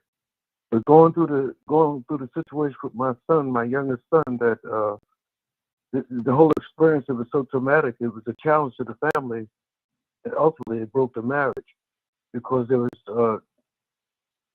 I guess it's hard to recognize as a parent where you failed at, and it was like coming to grips. I came to it quicker than my wife, and I was trying to always guide her to see how we were responsible and how we could do, how we could, as it's going to be difficult now to do the things that would change because we missed it. You know, from 1 to 7 and 1 9, the children are shaped. They're shaped so firmly. Their mind is grasping, and so it was traumatic. Just recognizing that we didn't give him attention, and that's what for all the reasons I was working away. She was a little resentful about how life had dealt with this hand a late child, and all those things. But down to we really didn't give him the attention that he needed when he needed it, and that's a real terrible thing to face inside yourself. You know, and not make excuses, just not judging yourself with it, but just looking at it as a reality, a fact. We didn't give him the attention he needed when he needed it. That's rough. Wow. But you know, and that's ultimately, I call it taking responsibility. And that's what changed him. And it even just now, just how you deal with this person now, when he's acting out at a different age, and he's just not pairing out like the other ones, and you feel like, well, it ain't me. I mean, look, I did good with all the other ones, so it's something with him. Then yes, something with him, but here's the systemic reason of that. Here's the causes of that. And it don't make, you can't go back and change, but it makes you adjust how you deal with the problem that you're part of, that you created. You just can't throw your hands up and say, okay, I'm done. Yeah. You can't do that. No. But great talk. I'm listening. I get a lot of insight about this, but it's just stirring up all of those old fruit. Makes you recognize when the family have a challenge in the family. Someone being gay or someone taking a course you don't want. It's a challenge to the family, and it's easy within families, and that's where the weakness is. The family is not strong as they used to be. We throw up our hands on it. We just say, I can't deal with it. I don't want to deal. And it's not a judgment, because we're all facing the economy, trying to survive, and all the stuff that's going on. But the core is the family, and that's where we lost the strength at, right there in the family. Absolutely. Good deal. Cap, what's on your heart, sir? I'm sorry, Ms. Hicks, you finished your thought? Oh, yes, I'm done. Okay, good. Now, especially I want to hit Brother Captain now. Go ahead, Cap, what's on your heart? 3 minutes. Well, I'm so sorry. I was dealing with some issues. I got off. I didn't get a chance to hear a lot of the people's comments. I know they was brilliant comments. Anthony, so I'm sorry, but I'm just have to deal with issues. What do you want me to address? What we actually, I think everybody said it, like Curtis said, we saying the same thing, man. I mean, let me anything particular you want? Yeah, I'm going to throw some at you right now. We recognize who is really in and we're talking about right now. We're actually talking about the community and what's going on in the community. So I'm gonna ask you this question: who is really taking responsibility in the community? I think, Brother Raheem, everybody on this line, everybody in the community, everybody's in the country. It has to take some accountability for the condition of our community. And I can't say our community and don't include myself. I have to take responsibility. We're not talking outside the box. We're addressing a problem that is facing, our community. If I hear Badger every now and then, Badger would use the word y'all. So the key is we agree. We agree that the morals, the values, the standards of morality and principles, we don't have that in the community. The word norms comes from the root. The word normal comes from the root word norms. The word norms mean established rules of conduct and behavior. We do not have established rules of conduct and behavior. We used to. In Harlem, New York, they used to say, man, you couldn't even walk down the street in Harlem, New York, unless you was dressed up. Established rules of conduct and behavior. It used to be, man, you didn't respect the elderly. Once upon a time, established rules of conduct and behavior. It used to be you didn't kiss in the public. Established rules of conduct and behavior. We all agree on this line. We keep saying it. We don't have them no more. Now, the key is we at fault? Did every one of us on this line have to accept some accountability? Yes. But where do we go from here? How do we put order back into the community?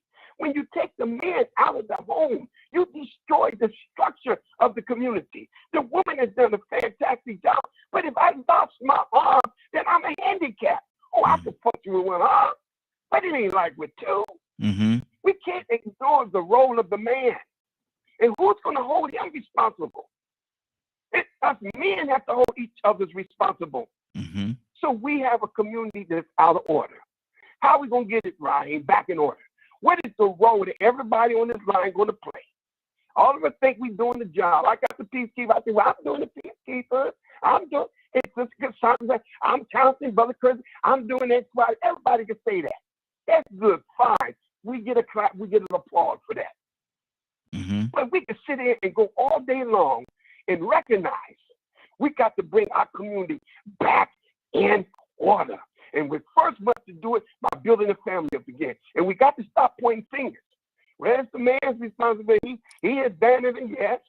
But the women's, you got to accept your responsibility. And we're not going to point our fingers. Because a man is a man, and I refuse. I refuse to blame a woman for anything I do. Because I'm a man. So what are we going to do? Exactly. We need to establish rules of conduct and behavior. We need, look here, I can take the brothers, everyone, Paul, if all of us men on this line. If I was in the same city, we was all in the same city, Rico and Curtis, and I'm looking at all the 10 brothers on right here, brothers. I said, okay, brother, look at y'all. Let's go in the court. See them brothers over there, them young ones, they're over the springer door. Let's all of us go over there. Okay, Cap. Now we go over there on the corner. Hey, what's up, young brother? What's going on? Hey, what's up, OGs? What's going on here? No, brother, we just over here, man, to show some love. We over here, man, try to be present for people. We over here to make sure our elderly is safe. We want to know under your charge, over here all the time. Is our elderly safe under your watch? Mm-hmm. Yeah, man. Nobody gonna do nothing to our elderly. There you go. And then what we need to talk to you about. We have not told them acceptable behavior. We have not told these young men, brother, it's not acceptable behavior to refer to your woman as bees. That's not acceptable. Nobody in a group of men told those men that. It's not acceptable behavior to sell dope in your community, my brother. That's not acceptable behavior. Well, man, I got to do. And if you want to sell dope, there's another community called the white community. I'm sure ain't nobody in there selling dope. You go now, you be the first dope dealer over there. But you can't do it here, brother. We have not done that. We could point fingers at our youth, but we have failed to show them established rules of conduct and behavior. So all of us on this line take some accountability. I blame everybody. I'm through. I didn't land the plane. Good deal. Let me go to Navy. Navy, what's on your heart? And like I said, I'm going to the order. I'm circling around to everybody. We got quite a few people here, so please be patient with me. Navy, what's on your heart?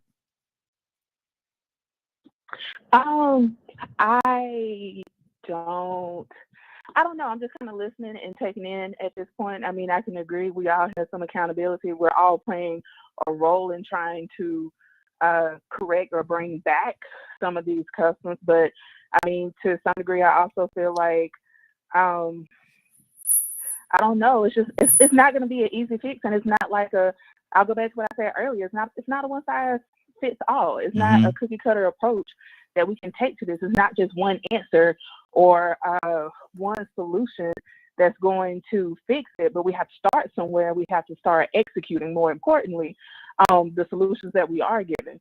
So that's all I got for right now. Okay, good deal. Cassandra?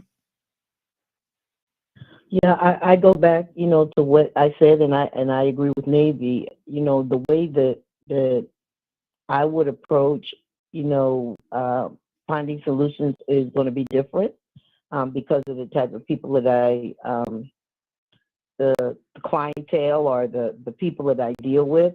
But I definitely know that it's not going to be cookie cutter because our communities are so divided now and people are so disconnected.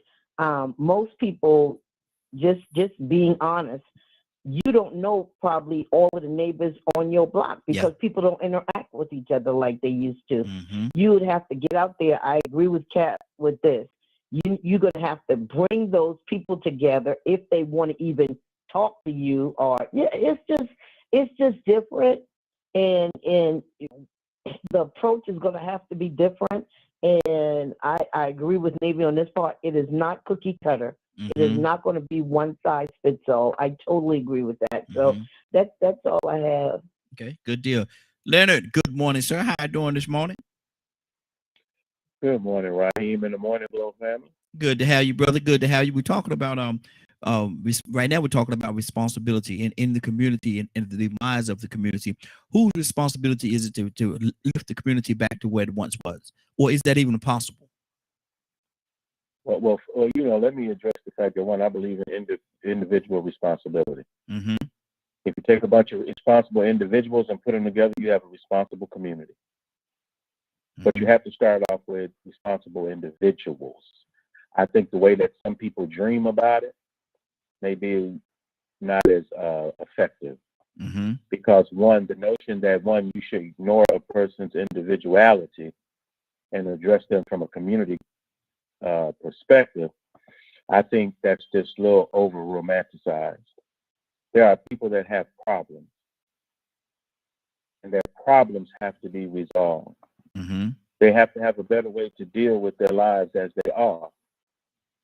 And so individuals need to focus on their own mental health, their own ability to contribute to a community. Mm-hmm. So, this notion that somehow somebody bears the blame for somebody else, I don't go along with that at all. Because I'm not guilty of anything for anybody else. Mm-hmm. So what you're doing in your life, I don't know. I only know what you're doing when you do it based on what I see you doing. So if you're coming to community meetings, if you're doing this and you're doing that, I know that you're working towards something. I know that we may have something in common along that line. But I'm not into that whole romance of when it comes down to the individual level, that somehow it's some magic spell that you put on somebody to make them better people. Mm-hmm. And the notion that you're going to be better simply because of the color of your skin, I think is far-fetched. Mm-hmm. Okay. We'll read what Paul said. Paul says, we need investments in the places most affected by wicked history of white supremacy. America owes at least that much. America owes at least that much. Toy, you want to tell what's on your heart, sis? Yeah. So, we got to keep in mind that there's an art and a science to everything. And I've said this before, that when it comes to correcting our communities, we need a whole new campaign. You see how they did that COVID campaign? Mm-hmm. How they do the AIDS campaign? The war on drugs campaign? They run campaigns for a reason. And the only way that we are going to reverse this curse is to use the same formula that they have. Just different products, different antidotes. And it's a requirement for a campaign. So why can't we get strong dads on commercials? Everything that we know they don't want to promote because it's going to help. Why don't we do it? And you're right. Captain said it earlier. We have a lot of conversations, but what actually helps? Well, the first rule of thumb, we're not even going to talk about Maslow's hierarchy of needs. That model right there shows you how to get people back in your clutches. Not going to talk about that. Mm-hmm. We're just going to talk about something like what Linda said a few minutes ago, the simple basics. The simple basics that people are in need of in order to even remotely closely listen. And in order for us to change our communities, the first step is we got to start where we are. How you going to start with somebody else's kid, but your kid's still running around here raping, mm-hmm. stealing, selling drugs? So one comment was right. We got to have responsible adults first and foremost, because we keep making it seem like kids out of control. But who run the TVs? Adults. Who run the radios? Adults. Who run the centers, hospitals? Adults. So kids only have so much power. So again, this is where the campaign comes in. The campaign to save, the campaign to restore, the campaign to make things right. Because again, we talk about all these different tactics. And I was talking to Rico about this the other day. The Columbine kids, do we think they came from an at-risk environment? Some of these kids that's created some of these mass shootings, and even some of these older white men that's created some of these mass shootings, they don't come from the typical definition of an at-risk environment. Mm-hmm. So what do? So we can't specialize all of the wickedness in the world and put it per community, right? Because I don't think white supremacy had nothing to do with some of the white guys who went and shot up schools. It was wicked and anger, so let's just keep it at that. But in order to do it, how do we reverse it? We start where you are. You start like me. I start on my nieces and nephews, and I hold them accountable. Boy, I bet not catch you, do this, that, and third, because I'm coming for you. You ain't got to worry about the white folks or the police. Mm-hmm. And we have lost that. We have lost leadership in our own households. I have people talk now even like their own kids. Good Lord. And then they go get that. So see, these are some of the problems that we experience on the why. And last thing, so you don't come from a so-called at-risk household. You have parents that raise you decently. Your community's not that bad, but you still keep coming up with things that are so-called insane. Now let's keep in mind, when we do negative things, 9 times out of 10 we consider that to be insane. Mm-hmm. Robbing, stealing, lying, cheating, and we keep forgetting about the effects of this lead poisoning water.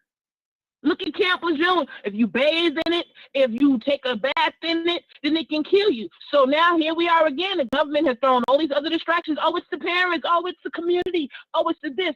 But let's talk about the simple structure of America that helps contribute to some of the insanity, the things that we do. Now, no matter what we do, we can do a campaign, we can do rehab. If our infrastructure is the poison that is causing our brains to act this way, how are we going to change? If it's not about at-risk homes, if it's not about, where you come from or how you raised, 30 seconds. Then there's another option or another influence, and we need to not forget about the infrastructural influences that has an effect on mental health. And if we put in the proper steps or use the proper art and science and it's not corrected, then we need to go back to what the possible influence is. And I need us all to really think about this and do research on this when we talk about some of the things that happen, especially in underprivileged communities. It's not about upbringing all the time. Let's really think about this infrastructure, this lead poisoning. Look at the results that it caused. Look at how some people are getting lawsuits. Let's look at asbestos. There are a multitude of things that America has done wrong that is also contributing to our community's failure. So let's keep that in mind too. We have to look at all options and not just from the parental or school or police point of view. Some of this is infrastructurally political, and we need to keep that in mind. Good deal. Good deal. Let me go to Pete. Pete, what's on your heart, brother? Talk to me. Exactly. Same thing Sis was saying. We have to get rid of the victim mentality. We have to get rid of thinking somebody owe us something too. Listen, we have to go out and get it for ourselves. They're not going to concede their power. They're not going to educate you to overcome them. They're not going to teach you how to do anything that threatens their positioning, their power, their wealth, nothing. They're not going to do that for you. You have to do that for yourself, collectively. Any challenge that comes against you, you have the ability to challenge that challenge and beat that challenge, overcome that challenge, confront that challenge without begging, pleading, and making excuses. Power only conceives a more powerful demand. That's it. So we have to understand that level of reality and stop making excuses. Stop feeling like if you do something for yourself, you're doing something wrong. If you're determined to support entities that benefit you and not everybody else outside of you first, nothing wrong with that. That's what you should do. It's not racism or none of that.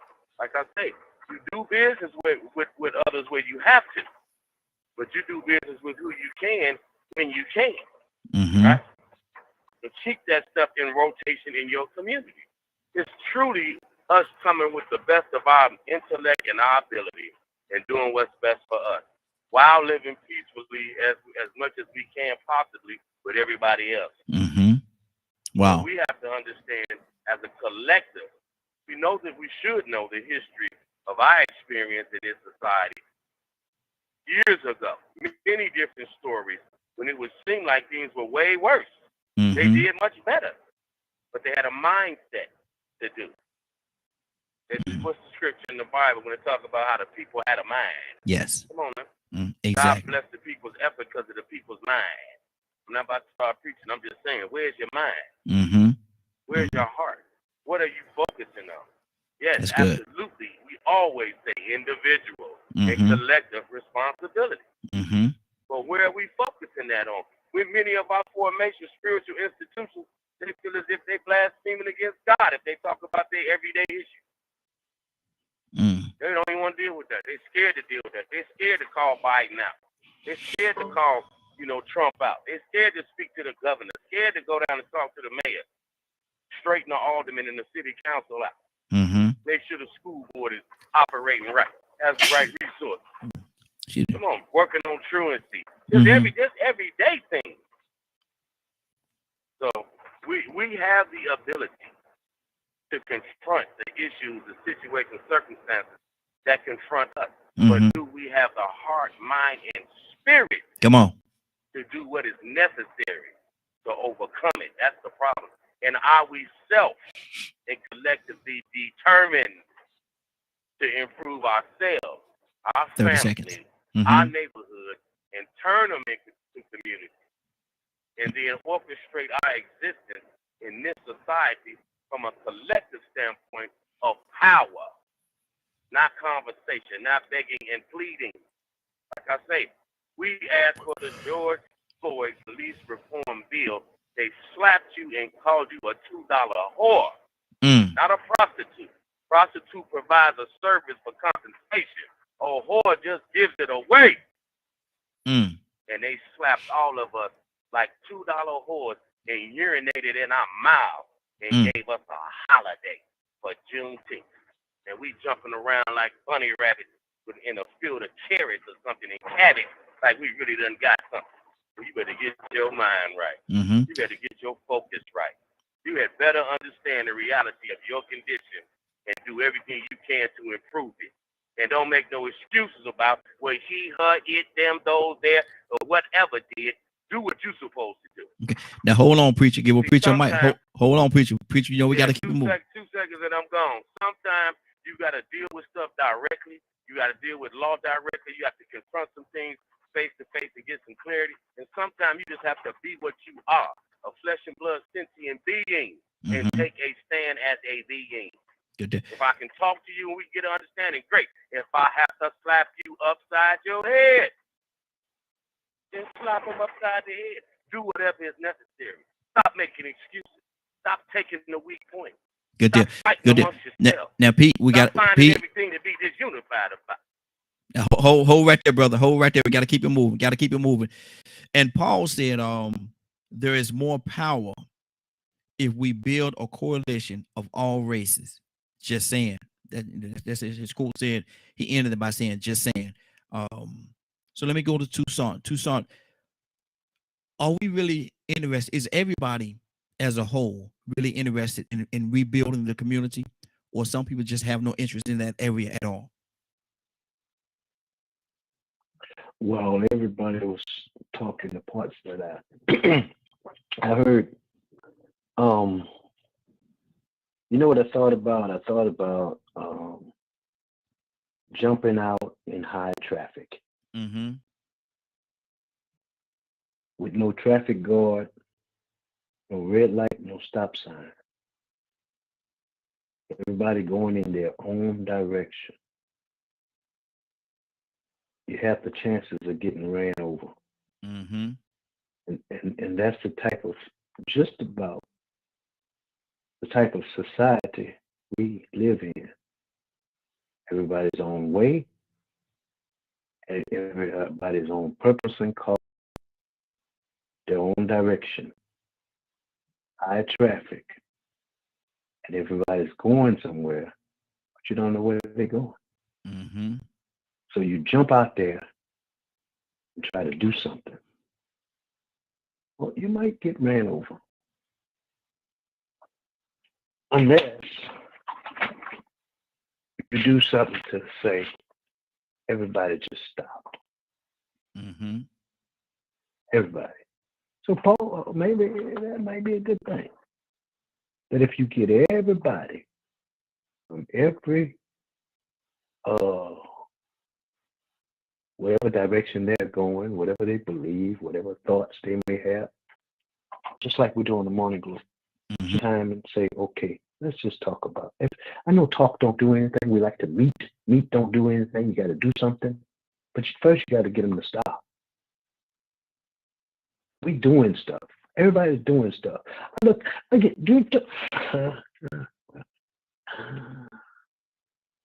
look at, y'all ever scroll on the internet and look and see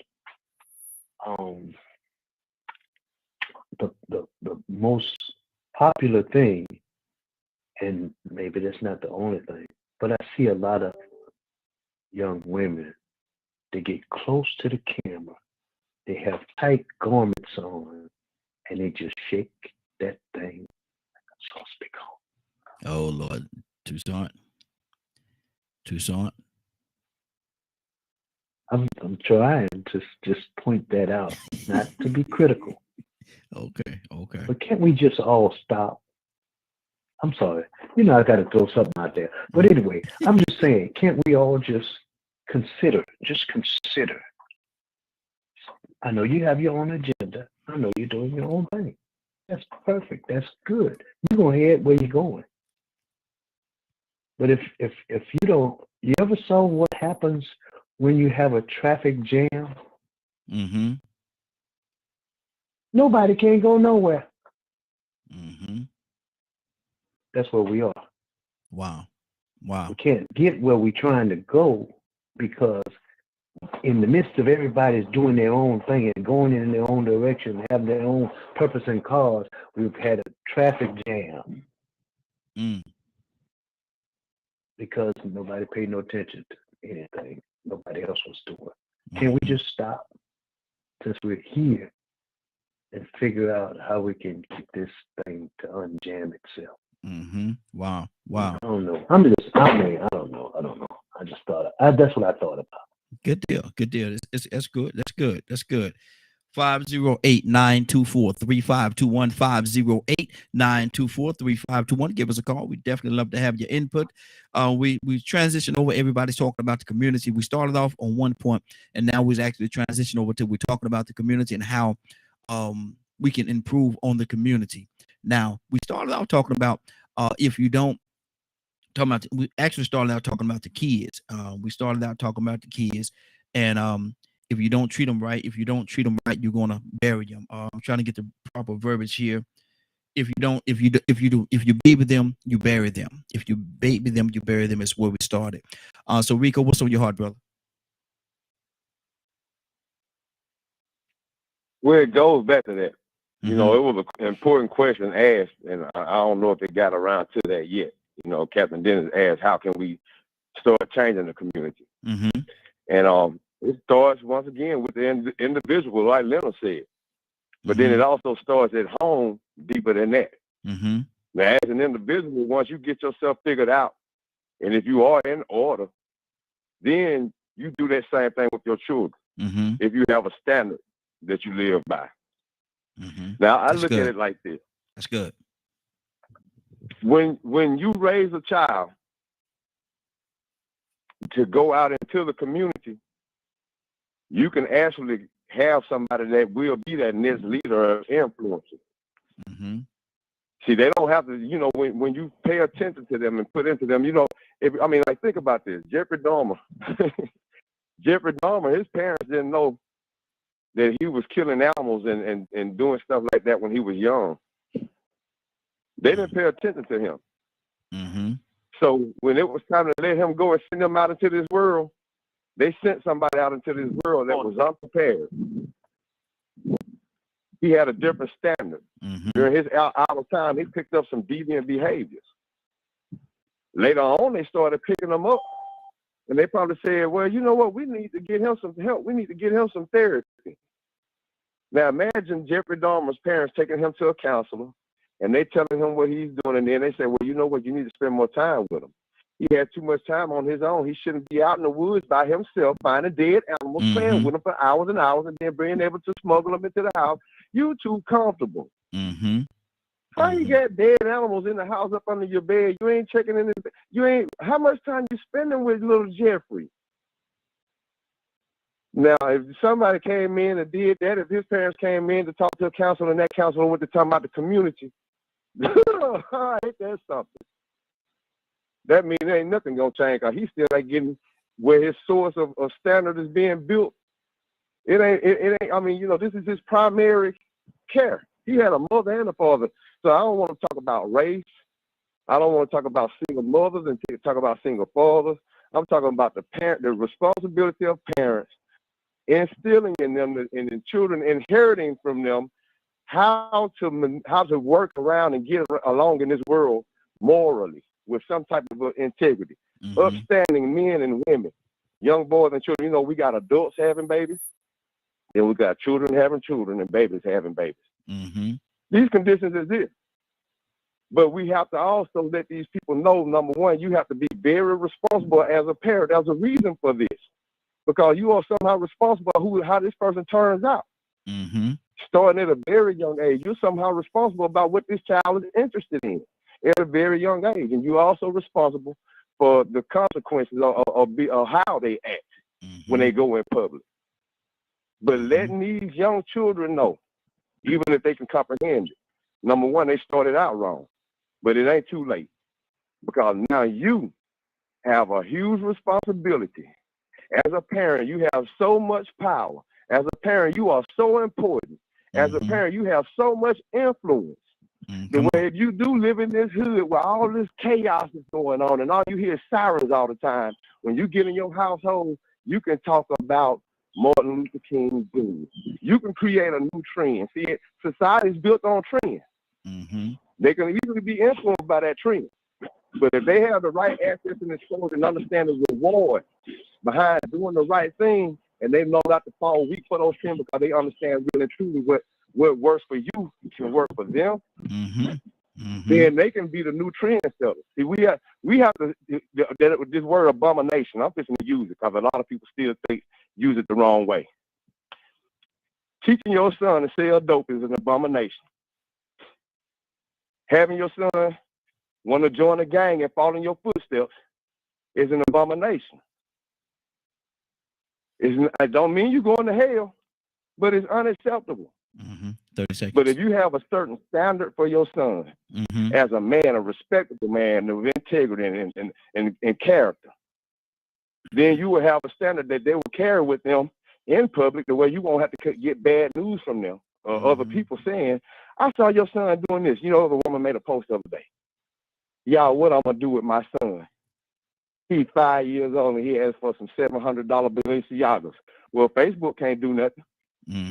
But the thing is, you might need to pull away the things he has been exposed to and put him around somebody that can teach him how to throw a ball, ball up a fist and fight, do a push-up or a sit-up.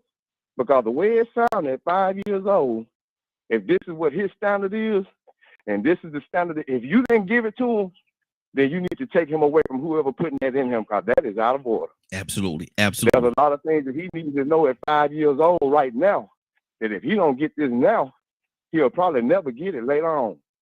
And he'll be worse than what he is now, wanting $500-$700 Balenciaga tennis shoes. And so, I mean, you have to ask your question. Who have you allowed him to have access and exposure to? Who put this value system in here? Good deal. And as a parent, keep it moving. You have too much power to let that happen without influencing them or exposing them to something better or more, I'm going to say, more important. Good deal. All right, preacher. Hold right there, preacher. We got to keep this thing going.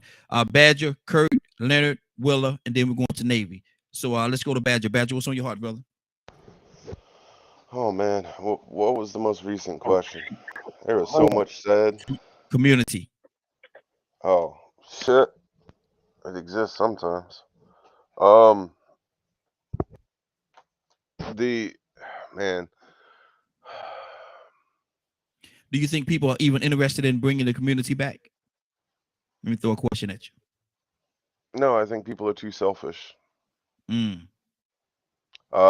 too much. There's so much corruption and concern and worry, fear that so many people deal with. You know, they don't want to see their kids be hurt. They don't want to,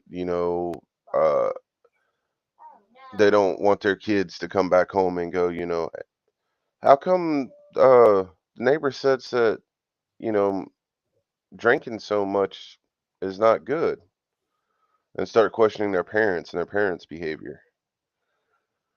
People don't want to deal with that. People are going to tell you to stay in your lane.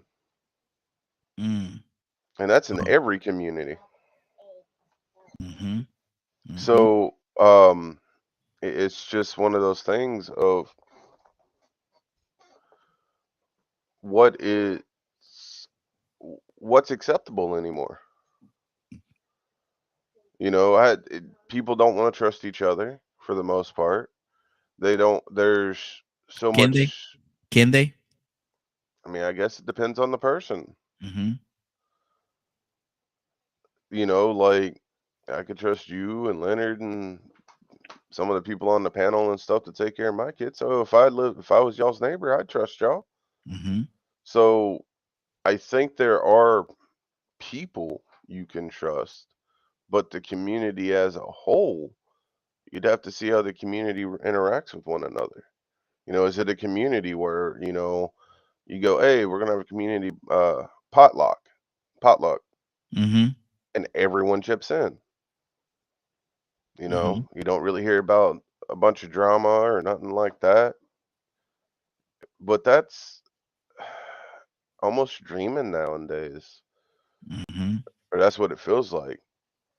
Essentially, you pretty much have to find people that are like-minded as you, and all the group decides to go, all right, we're going to go buy a piece of property and build our own little community because, $500,000 for everyone having to buy a house is too expensive. But if everyone Mm-hmm. chips in, we can all be taken care of. People, that's a dream. And our government definitely will fight to keep us from being like that. Wow. Wow. So, and that's also an unfortunate truth, but it's up to the individual if they allow it to be like that or not. So there's 30 seconds. It can be very complex based on the individual. Mm-hmm. There's a lot of messed up things in the world. The difference is as an individual who's responsible for themselves and to others, through my opinion and perspective, what are you going to let control you? Mm-hmm. What is your narrative? Absolutely. Absolutely. Curtis, are you with us, Curtis? Yeah, man, I'm right here. Is there any interest? Is there any interest in rebuilding and remanufacturing the community, whereas we all look out for each other, we take care of each other, man, and we trust each other to do what is right? Is there any interest in that, Curtis? No. Wow. Wow.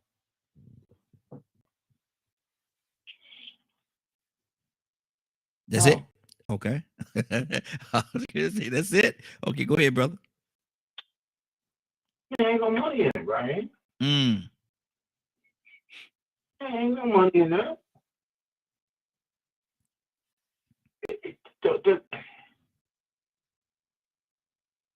Listen,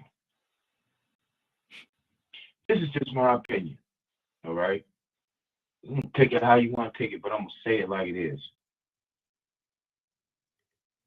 There is a concerted effort to keep the poor poor. Mm-hmm. Although the economic buying power is within the impoverished community. That's where that's where the spending power is. There's a concerted effort to keep the poor poor. The poor are the only people that you can not only, if you're a business owner, you can not only get the money that they work for, but you can also get government money. Mm-hmm. When you're dealing with the middle class, upper middle class, and or the wealthy, and you're thinking in terms of getting their money, getting them to purchase something, you're only getting one purchasing power. Mm-hmm. Because they're pseudo wealthy. So they're not getting any additional monies from the government outside of taxes. With the poor, you're getting tax money, you're getting earned income money, you're getting welfare money, you're getting Medicaid money, Medicare money. You're getting all of that at one time. There's no money, there's no benefit in having a community be a community again. That's why we are going through what is called redlining 2.0. Mm. You know, and to be just blatantly honest, you cannot let. I get it, man. I'm a strong and fervent believer of what the brother Leonard said when Leonard said something about personal responsibility. Mm-hmm. I'm strong and fervent believer in personal responsibility. I'm a strong and fervent believer in personal accountability. But all at the same time, I have to pay attention to the precipitating factors for which I am asking my people to hold themselves personally accountable and personally responsible for. We talk about black businesses and we need to do this as a black people, and we need to do that, and we need to do this. Well, are we not accounting for 1921? Are we not accounting for the Hebrew brothers? Are we not accounting for Mike Tyson? Are we not accounting for Bill Cosby? Are we not accounting? Here's my question. Listen, I don't disagree with nothing nobody got said. I just want to expand on it. Are we not accounting for Jay-Z? Because he's supposed to have way more money than he got. They shut that down. Are we not accounting for Puffy? He's supposed to have way more money than he got. They shut that down. Are we not accounting for Tupac, Biggie? Good deal. What I'm saying is, are we not accounting for the precipitating factors that make somebody have to do what Snoop Dogg did years ago? Are you going to sink or you going to swim? Which one is it? You going to roll over? Good deal. Got to keep it moving, Curtis. Wrap it up, brother. Go ahead. Wrap it up. Or are we going to roll over? Are we going to roll over, play dead, or are we going to roll over and die? Wow. My scope of thought is, okay, if you want the community back,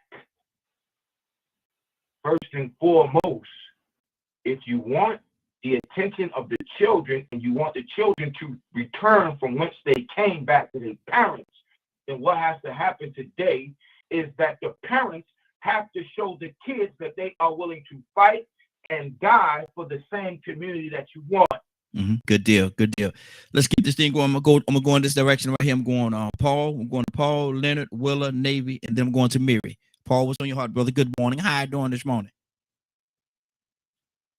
Good morning. I wasn't expecting to be next. Okay. Let's see. I wrote a couple notes here. So many good points were brought up.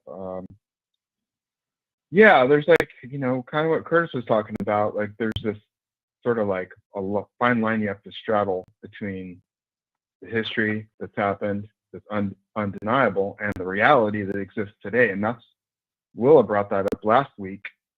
She said something like, if you're looking backwards, you can't move forward, or something like that. Something like that. But the original conversation about how babying kids and all that. Yes. I think that's pretty important. But kids are just exposed to just the worst stuff now. I teach upper elementary, so like I've taught 3rd, 4th, 5th, and like a couple years ago, when WAP was a big hit, I had little girls, knowing the lyrics to that song. That's insane, and that's in the mass media culture, and that's not good. That is not good for anybody at all. So yeah, we have to build these communities that are struggling, and it's not just Black communities. Certainly, Black communities, certain Black communities are struggling. I always have to step back and go, we tend to stereotype when we say the Black community. Well, that's not one community. It's a lot of different people. But, the ones who are struggling the most. So white, Hispanics, all kinds of people who are struggling right now. So we need to help all those people. There's a YouTube channel. I think I might have brought it up before. It's called Soft White Underbelly. It's a guy, he's a photographer. He interviews like people on the street all over the country. He talks to whites, Blacks, whoever. And you hear the stories about the stuff they've gone through, and you're just like, this is horrible. Why can't we do better? Why can't this country do better with all the wealth we have here? So, and then I guess my last thing is about what Pete said about, kind of like, it seems like I've heard this from other people about building power within the Black community, but it's like I think you have to build coalitions, right? Because I think that's where Malcolm X was later in his life, you know, and that's where Martin was pretty much his whole life.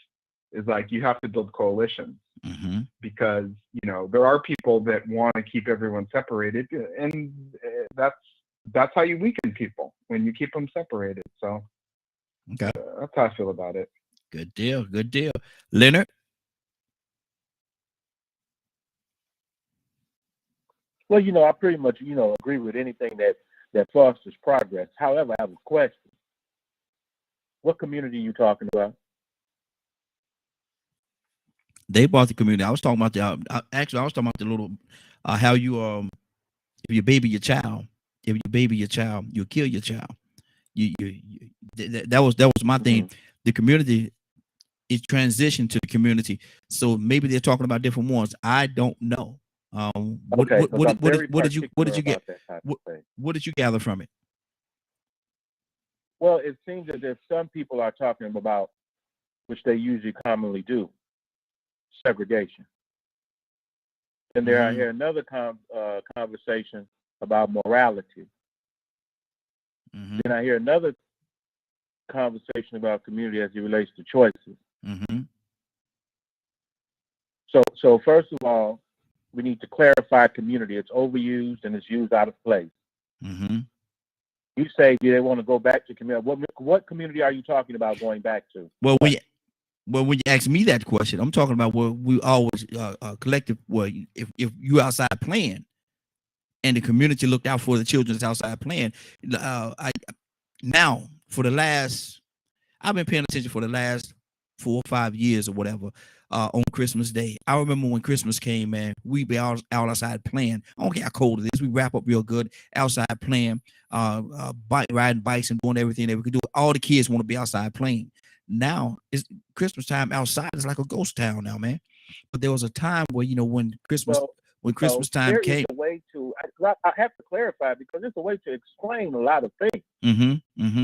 But people have to realize things have changed.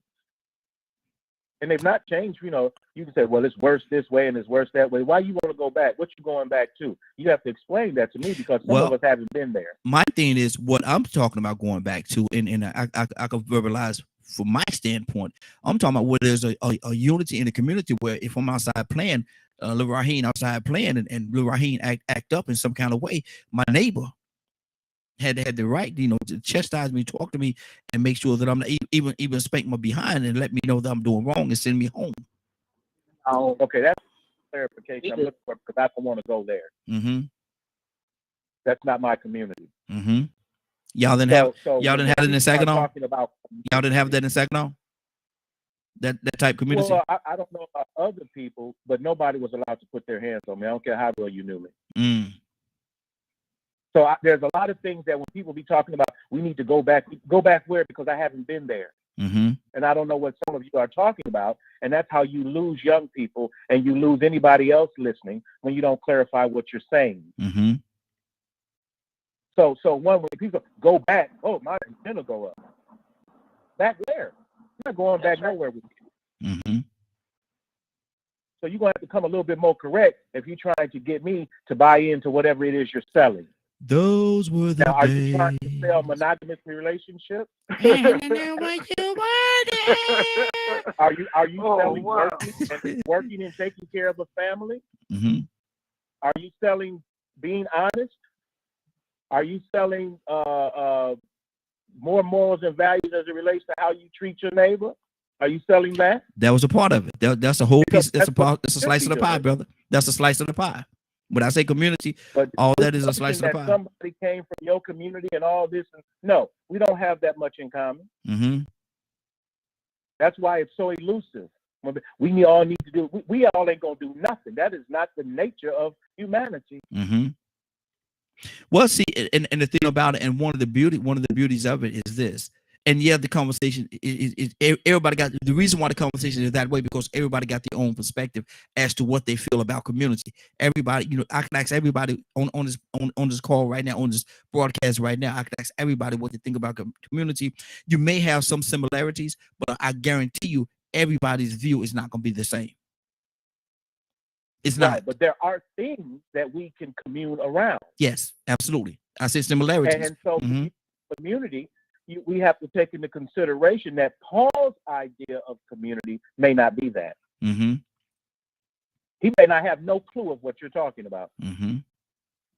And the notion that he has, well, can't we all just get together and talk about things? No, we can't. Because one, you have to atone for the wrong that has been done.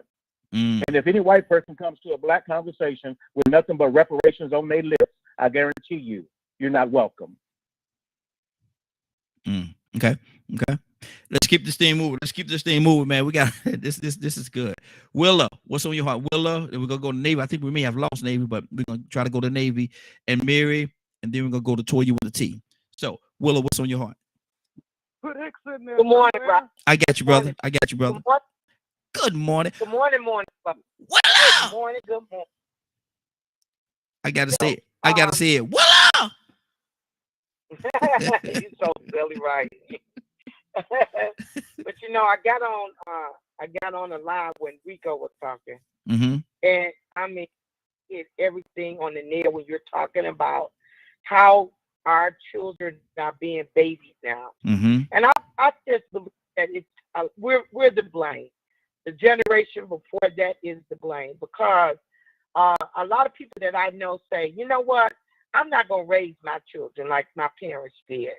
I hear a lot of that, because sometimes they feel like their parents did something wrong if they forced them to church, if they forced them to do things that they didn't want to do and trained them the right way. I hear that the world has moved into a different place. I hear that. But we could take that and make it something positive. But what happens nowadays is the parents don't really want to be bothered with the children. They get them these iPads, these iPhones. I mean, you could go anywhere at a table. We're sitting at a table. All of them got their phones. When my grandchildren sitting at the table with me, I make them put their phones away, because we've lost the intimacy as a family. And when you were talking about a community, I know what that was like, because I had community. I was living in a neighborhood on Polk and Arlington where people cared about each other. It's not so much that people didn't want to mind their business, but they understood caring about somebody else's child that they knew. And that's the difference. That's something that we've lost. Yes. Now on our block where I live at now, in my community, they have block clubs. They have what you call block clubs.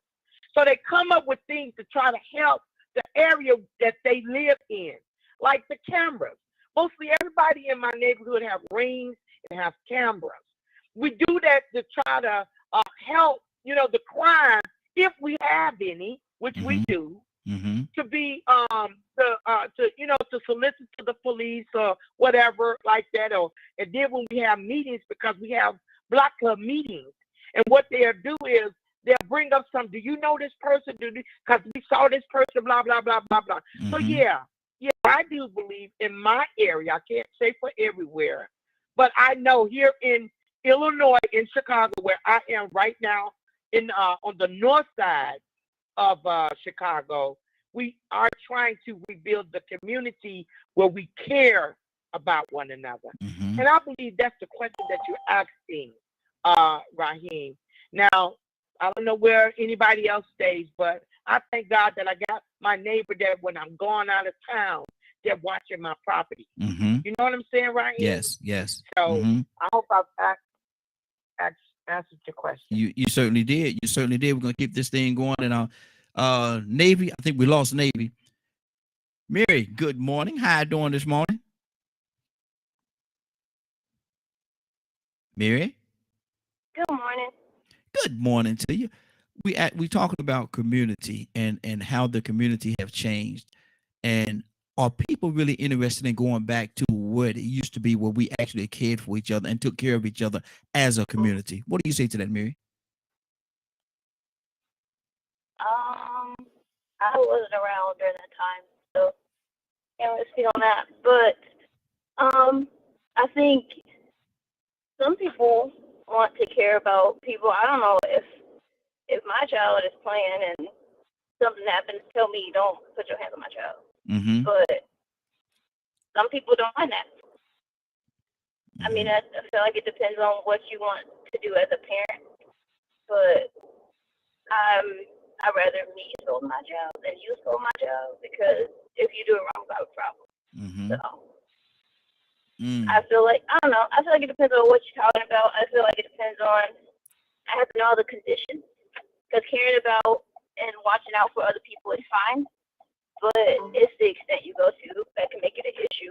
I feel like, and I wasn't around during the time where everybody, you go outside. I didn't even like going outside as a child, so I don't know that time. I wasn't experiencing that. Good deal. Let me go. We're gonna go in this order right here. We're gonna go. We got Toya with a T, K with an E, and then we're going to Mr. Hicks. We got two ladies before you, Mr. Hicks. Then we're gonna let you follow it up. So let's go to Toya with a T. Toya with a T. What's on your heart, sis? What you do to that girl? She ain't want to go outside. What you do to that baby? No, I'm just playing. That's my baby girl right there. That's right. That's your baby girl, and she didn't want to go outside. That's how we change.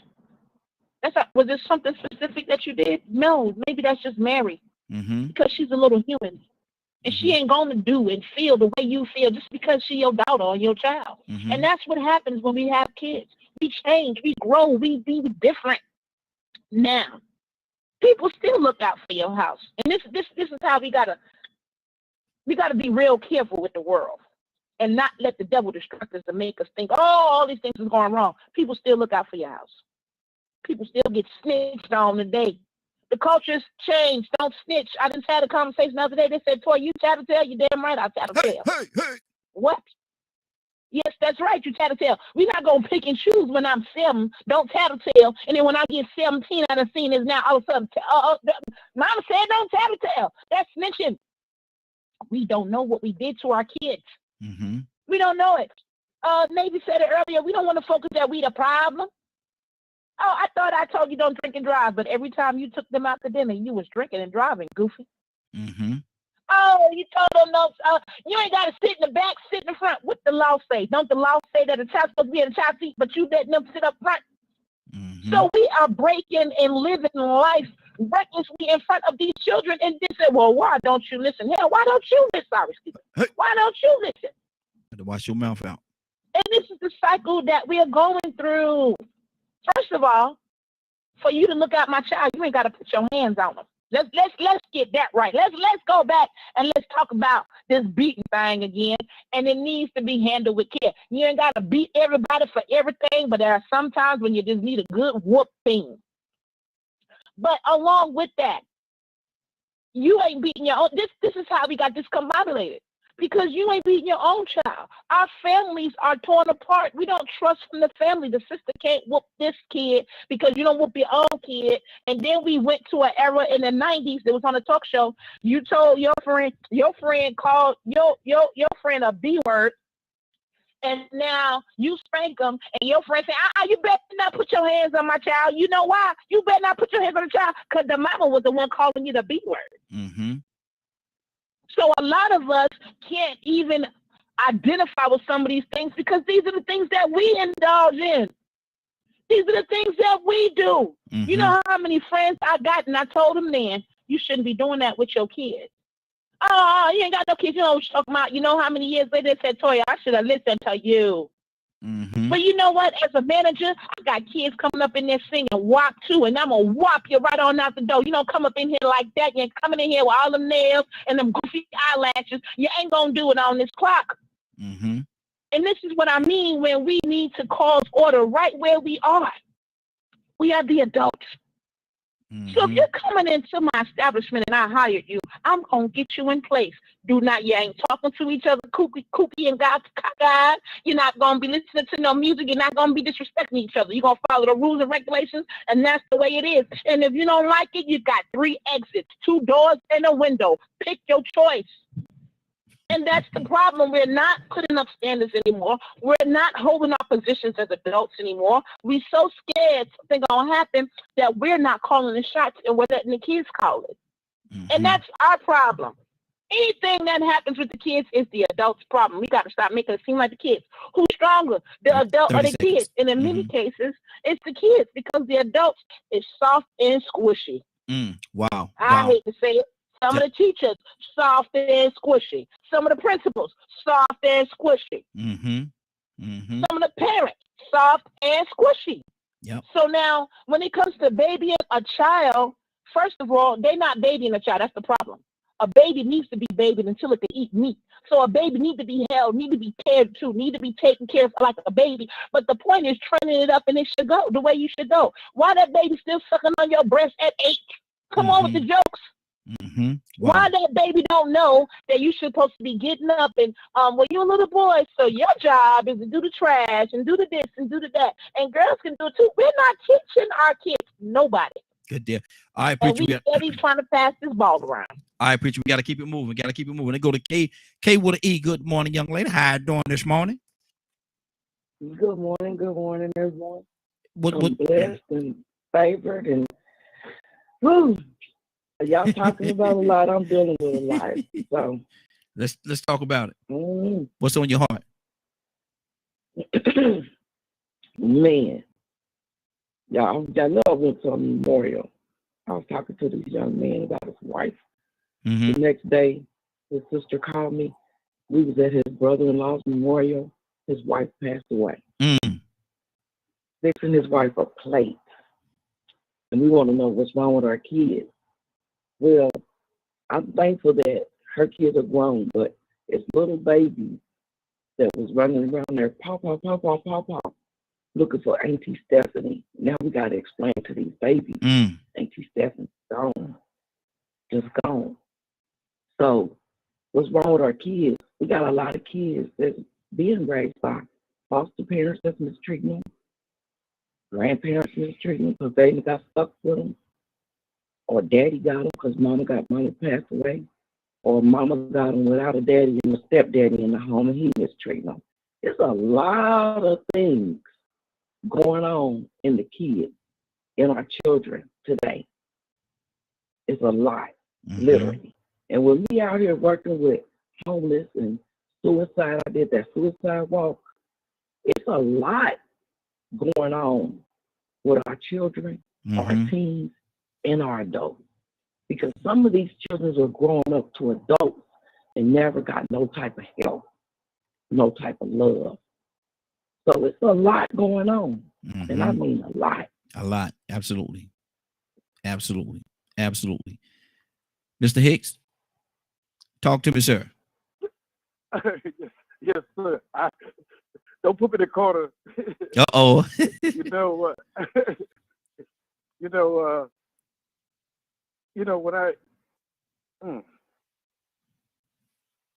I'm you about to go in the I can tell you about to go in the corner. I can tell you about to go in the corner. I can already tell you about to go in the corner. Go ahead. No, I'm trying to personal responsibility. The brother spoke on that, and Rico spoke on his issues about giving attention. It took me back to when I went to prison, and I went to prison with a crazy kind of sentence, and all was lost. And my sister, who was stationed at McGuire Air Force Base, and she's a high ranking, and she would come over and she gave me this book. They would allow her to come in even when I didn't have business. She gave me this book, As a Man Thinketh. And in the beginning of that book was a poem. It all took me a second to see if I could repeat it, because it's what guided me.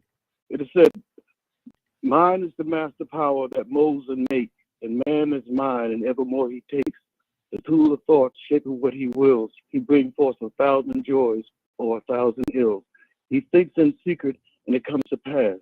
Environment and experience but a looking glass."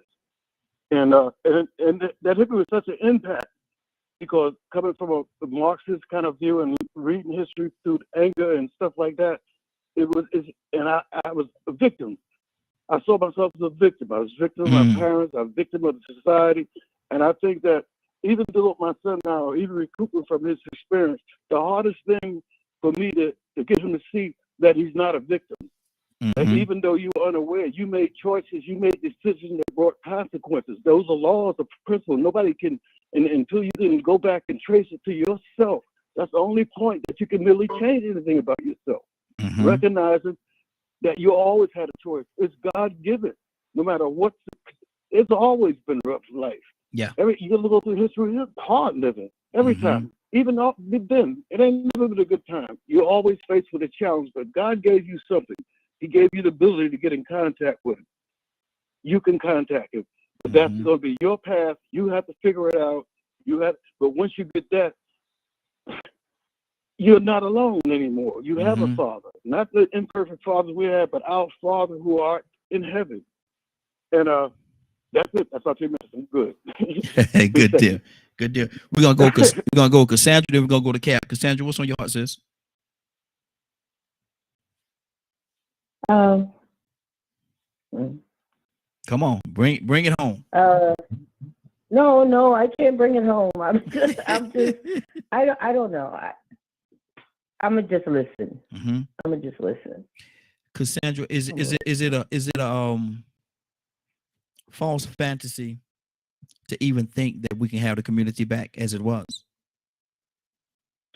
I think so. It would be really amazing if we could, but just listening to some of the comments here, we know that and we have a group of very intelligent people. Yes. So with the views that a lot of the people just on this line have, I don't think it's going to happen. It would be great because I promise you, even though we were poor in my community, I mean poor, we cared about each other. People cared about each other, and they looked out for each other. And and for somebody to pop me on my behind or jack me up and tell me to get yourself home when I know I've done something wrong, that did me good. That did not harm me, and it showed that they cared about me and what was going on with me. And we can talk. I've raised children, and I promise you, it's children. I've taught children for many years. It would be great to say, no, you don't need to put your hand on children. Some children you need to put your hand on. I'm sorry. And as an educator, I'm just sorry. It's some kids that you need to lay hands on them because no matter what you say, they ain't going to do right. You can talk to you blue in the face. You can say, I'm taking away your phone, your computer, whatever, and the behavior does not change. But I've seen a whop on the behind correct them real quick. So I'm not talking about anybody being abusive because that's what I fight on a daily basis. But I'm talking about ain't nothing wrong with somebody putting hands on a child in a way that they understand and age appropriate. I'm done. Okay. Good deal. Good deal. Let me go to Cap. Cap, what's on your heart? Talk to me. I agree with Cassandra. Every now and then you gotta lay hands on them in the name of God. let me say this. I was thinking about, can we do this? Look at the Hurricane Isaac. Look what it just did here. It devastated parts of Florida that when we look at it from the television, from media, it's like, oh my God.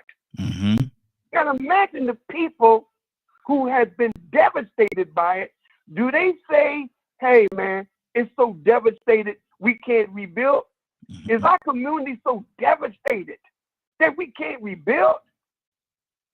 Those people are going to build that community. We have seen hurricanes devastated communities over and over, tornadoes. But what do? They rebuild.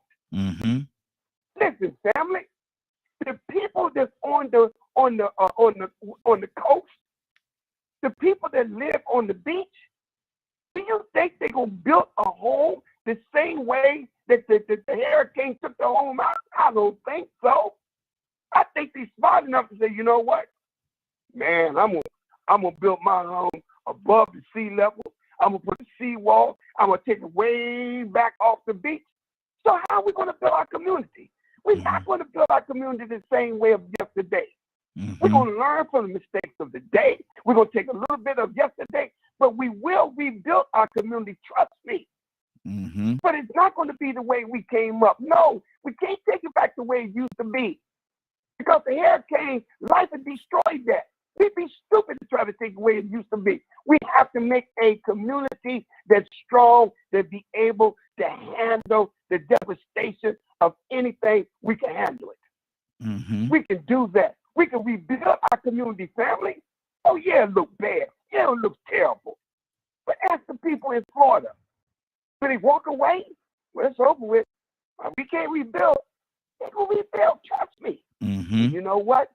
They're not going to rebuild the home the same way.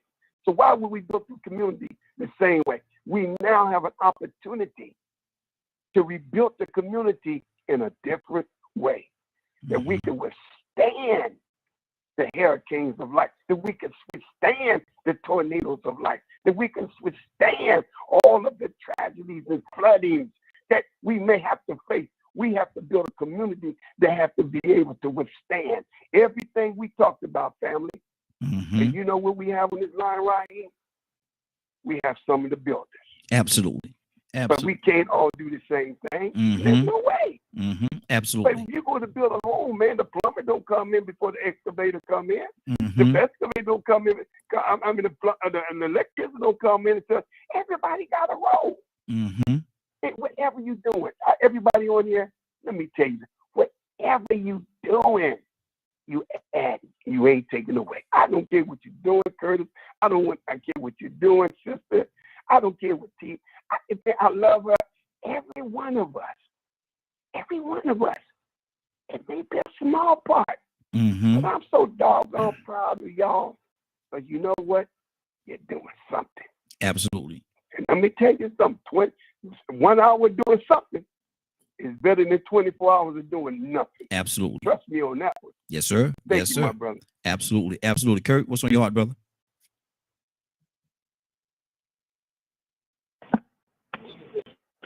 What's on my heart in reference to? What we talking about? What's your question? No question. I'm just saying, is it possible to rebuild the community back to what it was? Or is there anybody from where you're sitting, from your expertise, from your life lessons, is there anybody that's even interested? I think there's several people that's interested. You look at the people you got on the panel, right? Is it possible? Yeah, it's possible. In order for it to be possible, though, somebody gonna have to truly and factually state what was taken from the community. You can't never establish nothing that was already there if you don't talk about what was taken to decrease it or disseminate it or disregard it or denigrate it or humiliate it. Okay. Let's we got a few minutes before we get out of here. Let's talk about what was taken away. Some of which was taken away was never given. The natural state of existence was never given. That was never given. That was denied a culture or a group of people. And I'm not just talking about African Americans. The same thing was denied to the indigenous people. The same thing is denied to our Hispanic and Latino population. See, you can't talk about reestablishing culture if you're not willing to talk about what was taken out of the culture.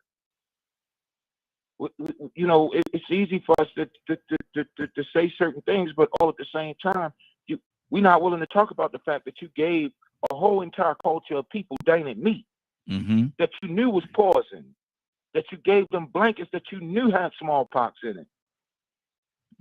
Oh, we love to just, you know, for some reason, I don't know, maybe it's Stockholm syndrome or something, but we love to just blame each other. And I get it. We are just as much responsible, if not even more responsible. But then I go back, brother, and I read the Willie Lynch letter. I go back, brother, and I read the Constitution that says that we are 3/5 of a human being, which means we are animals. I go back and I read the Kerner report that says the biggest problem we have in America is racism. That's economically, socially, emotionally, it's racism. Mm-hmm. It is being used as a tool to perpetuate the continued success and wealth of another culture. When you talk about rebuilding a community, do you know how many pockets you're going to affect when you do that? 30 seconds. Mm-hmm. Yeah, Gucci ain't going to be Gucci no more. Louis Vuitton ain't going to be Louis Vuitton no more. Because, see, now I can go to Rico and I can say, hey, Rick, man, hey, I like them sweatsuits you made, man. Let me get about 5 of them. Mm-hmm. Now I can go to Toya and say, Toya, I like them sneakers you made. Hey, let me get about 5 of them. Hey, Cap. And you know what? I'm gonna land this plane like this right here. Do you know why there's a concerted push to always make the fruit of Islam seem like they're vile and beneath the pale? Do you know why? Why? Because the fruit of Islam is truly one of the only sects in religion that has managed to take the lowest, what we consider the lowest of the low, and turn them into men. To make that guy who was thinking about, you know what, my life is murder, that's all it is, and make him regurgitate that and say, nah, my life is more than that. Mm-hmm. The question is, how do they do it? The question is, when does the church say, okay, Fruit of Islam has this ability to restore and revitalize the human existence of man? Mm-hmm. Wow. Why can't we connect there? Exactly. Because that's what community is all about. The restoration and the restoration and the restoring of mankind. That's what any basis of religion is. Mm-hmm. Good deal. Good deal. Got to keep this thing moving. Let me go to Leonard and we're ready closing out of here. Leonard, what's on your heart, brother? Yeah, not a whole lot. Pretty much what we've been discussing, but I think that anybody trying to do anything has to start with themselves. Don't tell me to do nothing that you would not do yourself. Mm-hmm. And a lot of people, that's where you get to the point where it becomes all style. My mother used to always say, I'm going to teach you to do the right thing. You can learn to do the wrong thing by yourself. Mm-hmm. Mm-hmm. So you have to teach people to do right. That's the key. If you teach them to do that, they can apply that to the rest of the things in their life. Mm-hmm. But this self-righteous, judgmental type of thing where people got to do what I say and go this way, you have to get away from that and go back to teaching people decency and treating people how you want to be treated. This is not rocket science. Mm-hmm. But if you sit there and believe that everybody has a desire to be good and all this type of thing, you are completely off base. There are people who wake up in the morning to be wicked. Mm. Wow. Wow. And you have to realize that that's what should separate you from anybody. The righteous from the unrighteous. Not black, white, Christian. The righteous from the unrighteous. Mm-hmm. Let that be your guide. Good deal. Good deal. We are about to get out of here. Rico, anything on your heart? Say what you're going to say briefly, brother, and then tell us what's going on at 3 o'clock today. Yeah, man, I think about the little phrase, money over everything. Mm-hmm. You know, when you have to argue with a young mother that has 4 young boys, the oldest one is 8 and the youngest one is 2, and you talking about WAP, and she said she liked the song and she didn't even know what it was saying until she heard her son say it, and then she started defending it when you start saying how negative it is. She ain't studied no Colonel report or no Willie Lynch letter. You see, in society, in this community that we're trying to rebuild, the standards have been dropped, and it's to a certain extent now where people are making certain things acceptable that should be unacceptable. Certain things that should be abominations because it's profitable or it's a trend. And so we have to understand as parents, what we're accepting. What are we? It might be cool for you, but it's so many times that I have to get around a person and tell them, hey, wait a minute, there's some children over there. Put that blunt down. Mm-hmm. Hey, man, what you talking about, man? It's a little boy over there listening. That's some little girl over there. You know how many times I done been in the barbershop and had to check them dudes because they were talking nasty and it was women in the barbershop. And the women just sitting there like, man, these men going to keep being disrespectful. The same ones that talk about how the traditional man needs to come back be the same ones inconsistently. Today they want to be hood. So we have to be consistent. I agree with everything Leonard said, man. It starts at home. It starts with being consistent. If you want to build a community and have some progress, you got to have community standards. And with those community standards, you make rules that make sure that those standards are fulfilled and that it doesn't get tainted, that you can accomplish that goal of having such a community. So I think people do want a community. I think we can have a community, but it all depends on if we want to base it off of traditional standards and even using them as a reference to how to have a community and do what it takes again. But we have to raise our standards and make rules to abide by those standards. Absolutely. If you missed today's broadcast and would like to see or hear the rebroadcast in its entirety, you can tune in at 3 p.m. Eastern Standard Time on www.dkmmediagroup.com. Good deal. Good deal. Now we're ready to go into the prayer with Willa. But before we do that, does anybody have anything they want to say about this topic before we get out of here? Oh, thank you, Holy Ghost. Because you know what, Raheem? I was going to ask you, could I just have a few minutes just to reiterate on Curtis when he talked about the religion and the Muslims? You know, I'm honored that it brings forth a lot of men to think differently. I am so honored. But I just want to say that's just the beginning for the earth. Because one thing about it, we all are going to die. We all, every last one of us are going to leave this earth. And you got to ask yourself, where is your soul going to spend eternity? So if it's not doing that, then it's not doing what God has its intent. See, its intent was not just to make good people, but to tell people, to commission people to go talk about the gospel. So it's more than that. That's all I want to say. Religion, spirituality is more than that. It's more than that. So that's what I wanted to say, Raheem. Okay. And thank you, Holy Spirit, for putting that on Raheem's heart. Anybody else have anything they want to say before we get out of here? I agree with everybody, and I think Sandra said, you got to put your hands on them. The grown ones too. Lord. I want to hear my son upside his head right now. He's 36 years old. Lord, see, and Kate, don't forget to look us up, man. We're gonna get together. We're all gonna get together, man, and go have lunch or something like that while we're there. Yes, sir. Oh, yeah. My wife got a whole itinerary of stuff we're gonna do while we're there, but just hit us up, and we'll definitely. Okay. And somebody else wanted to say something. Just one thing I just came to my thoughts. When I was pulled out of prison by Vince Regan, he was juvenile, charged all the juvenile state of New Jersey. He was trained to be a priest. And when I started taking college courses, I started trying to introduce that into his therapy technique. And he sat and he would come back over the years and sit back and watch and see. And he called me, and it made so much sense when he said this thing. He said, Eddie, it don't matter why with these kids. It's the what.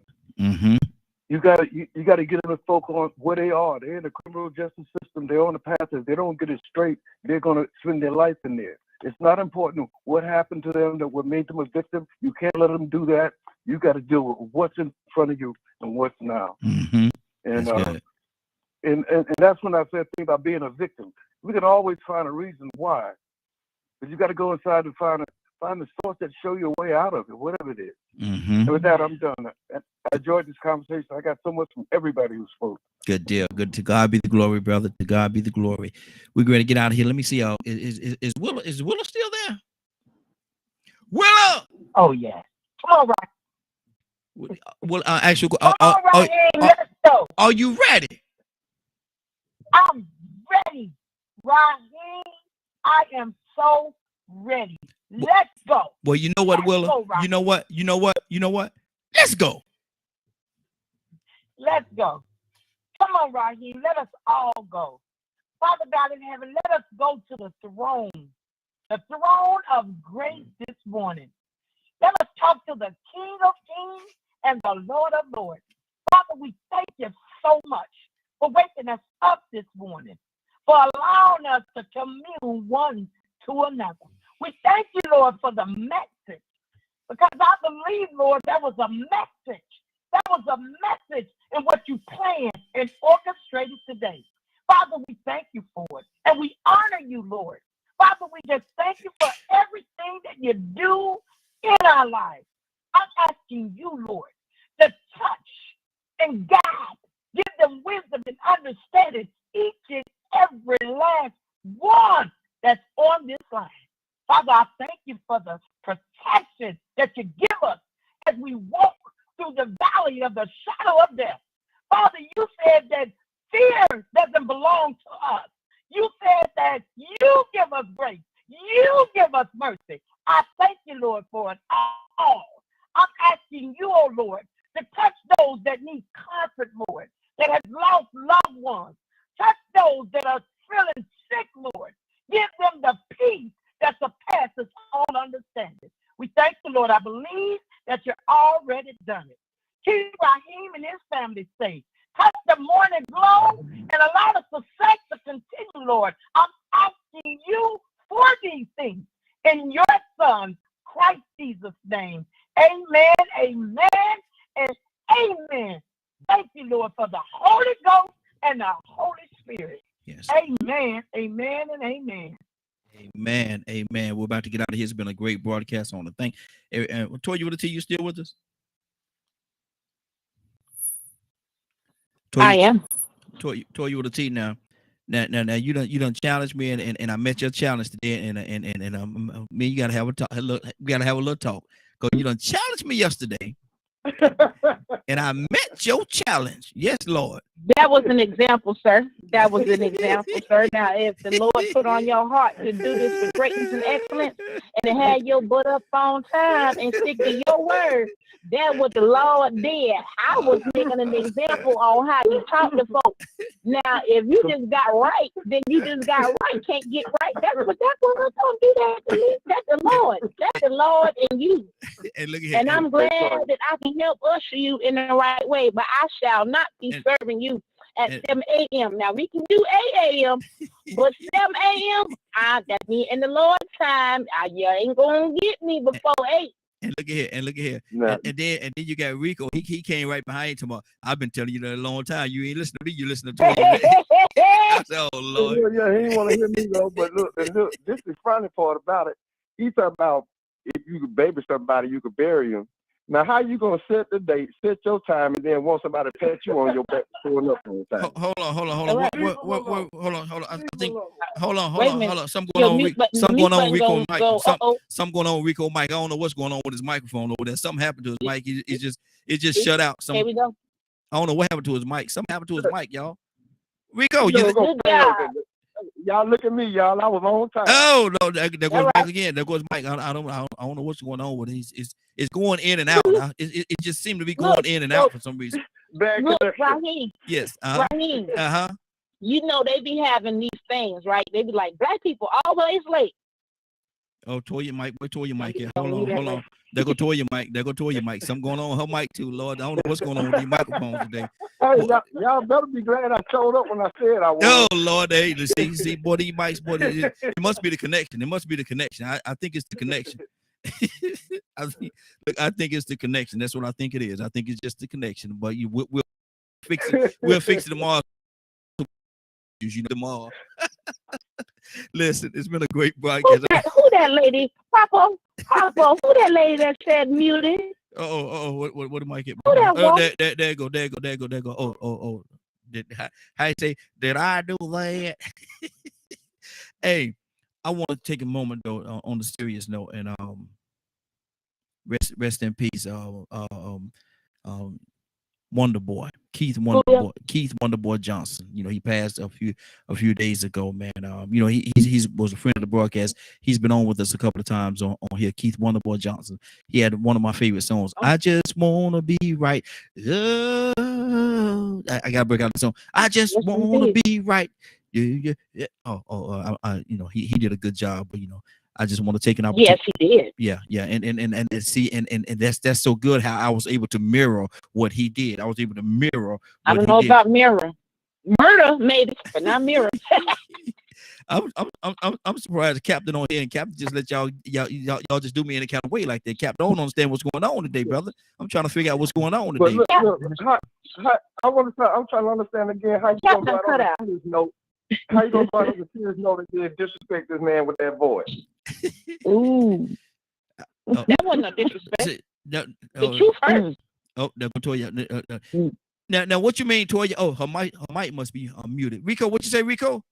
I believe the mic is muted. You're able to say he's gonna start muting people in a minute. I knew that was coming.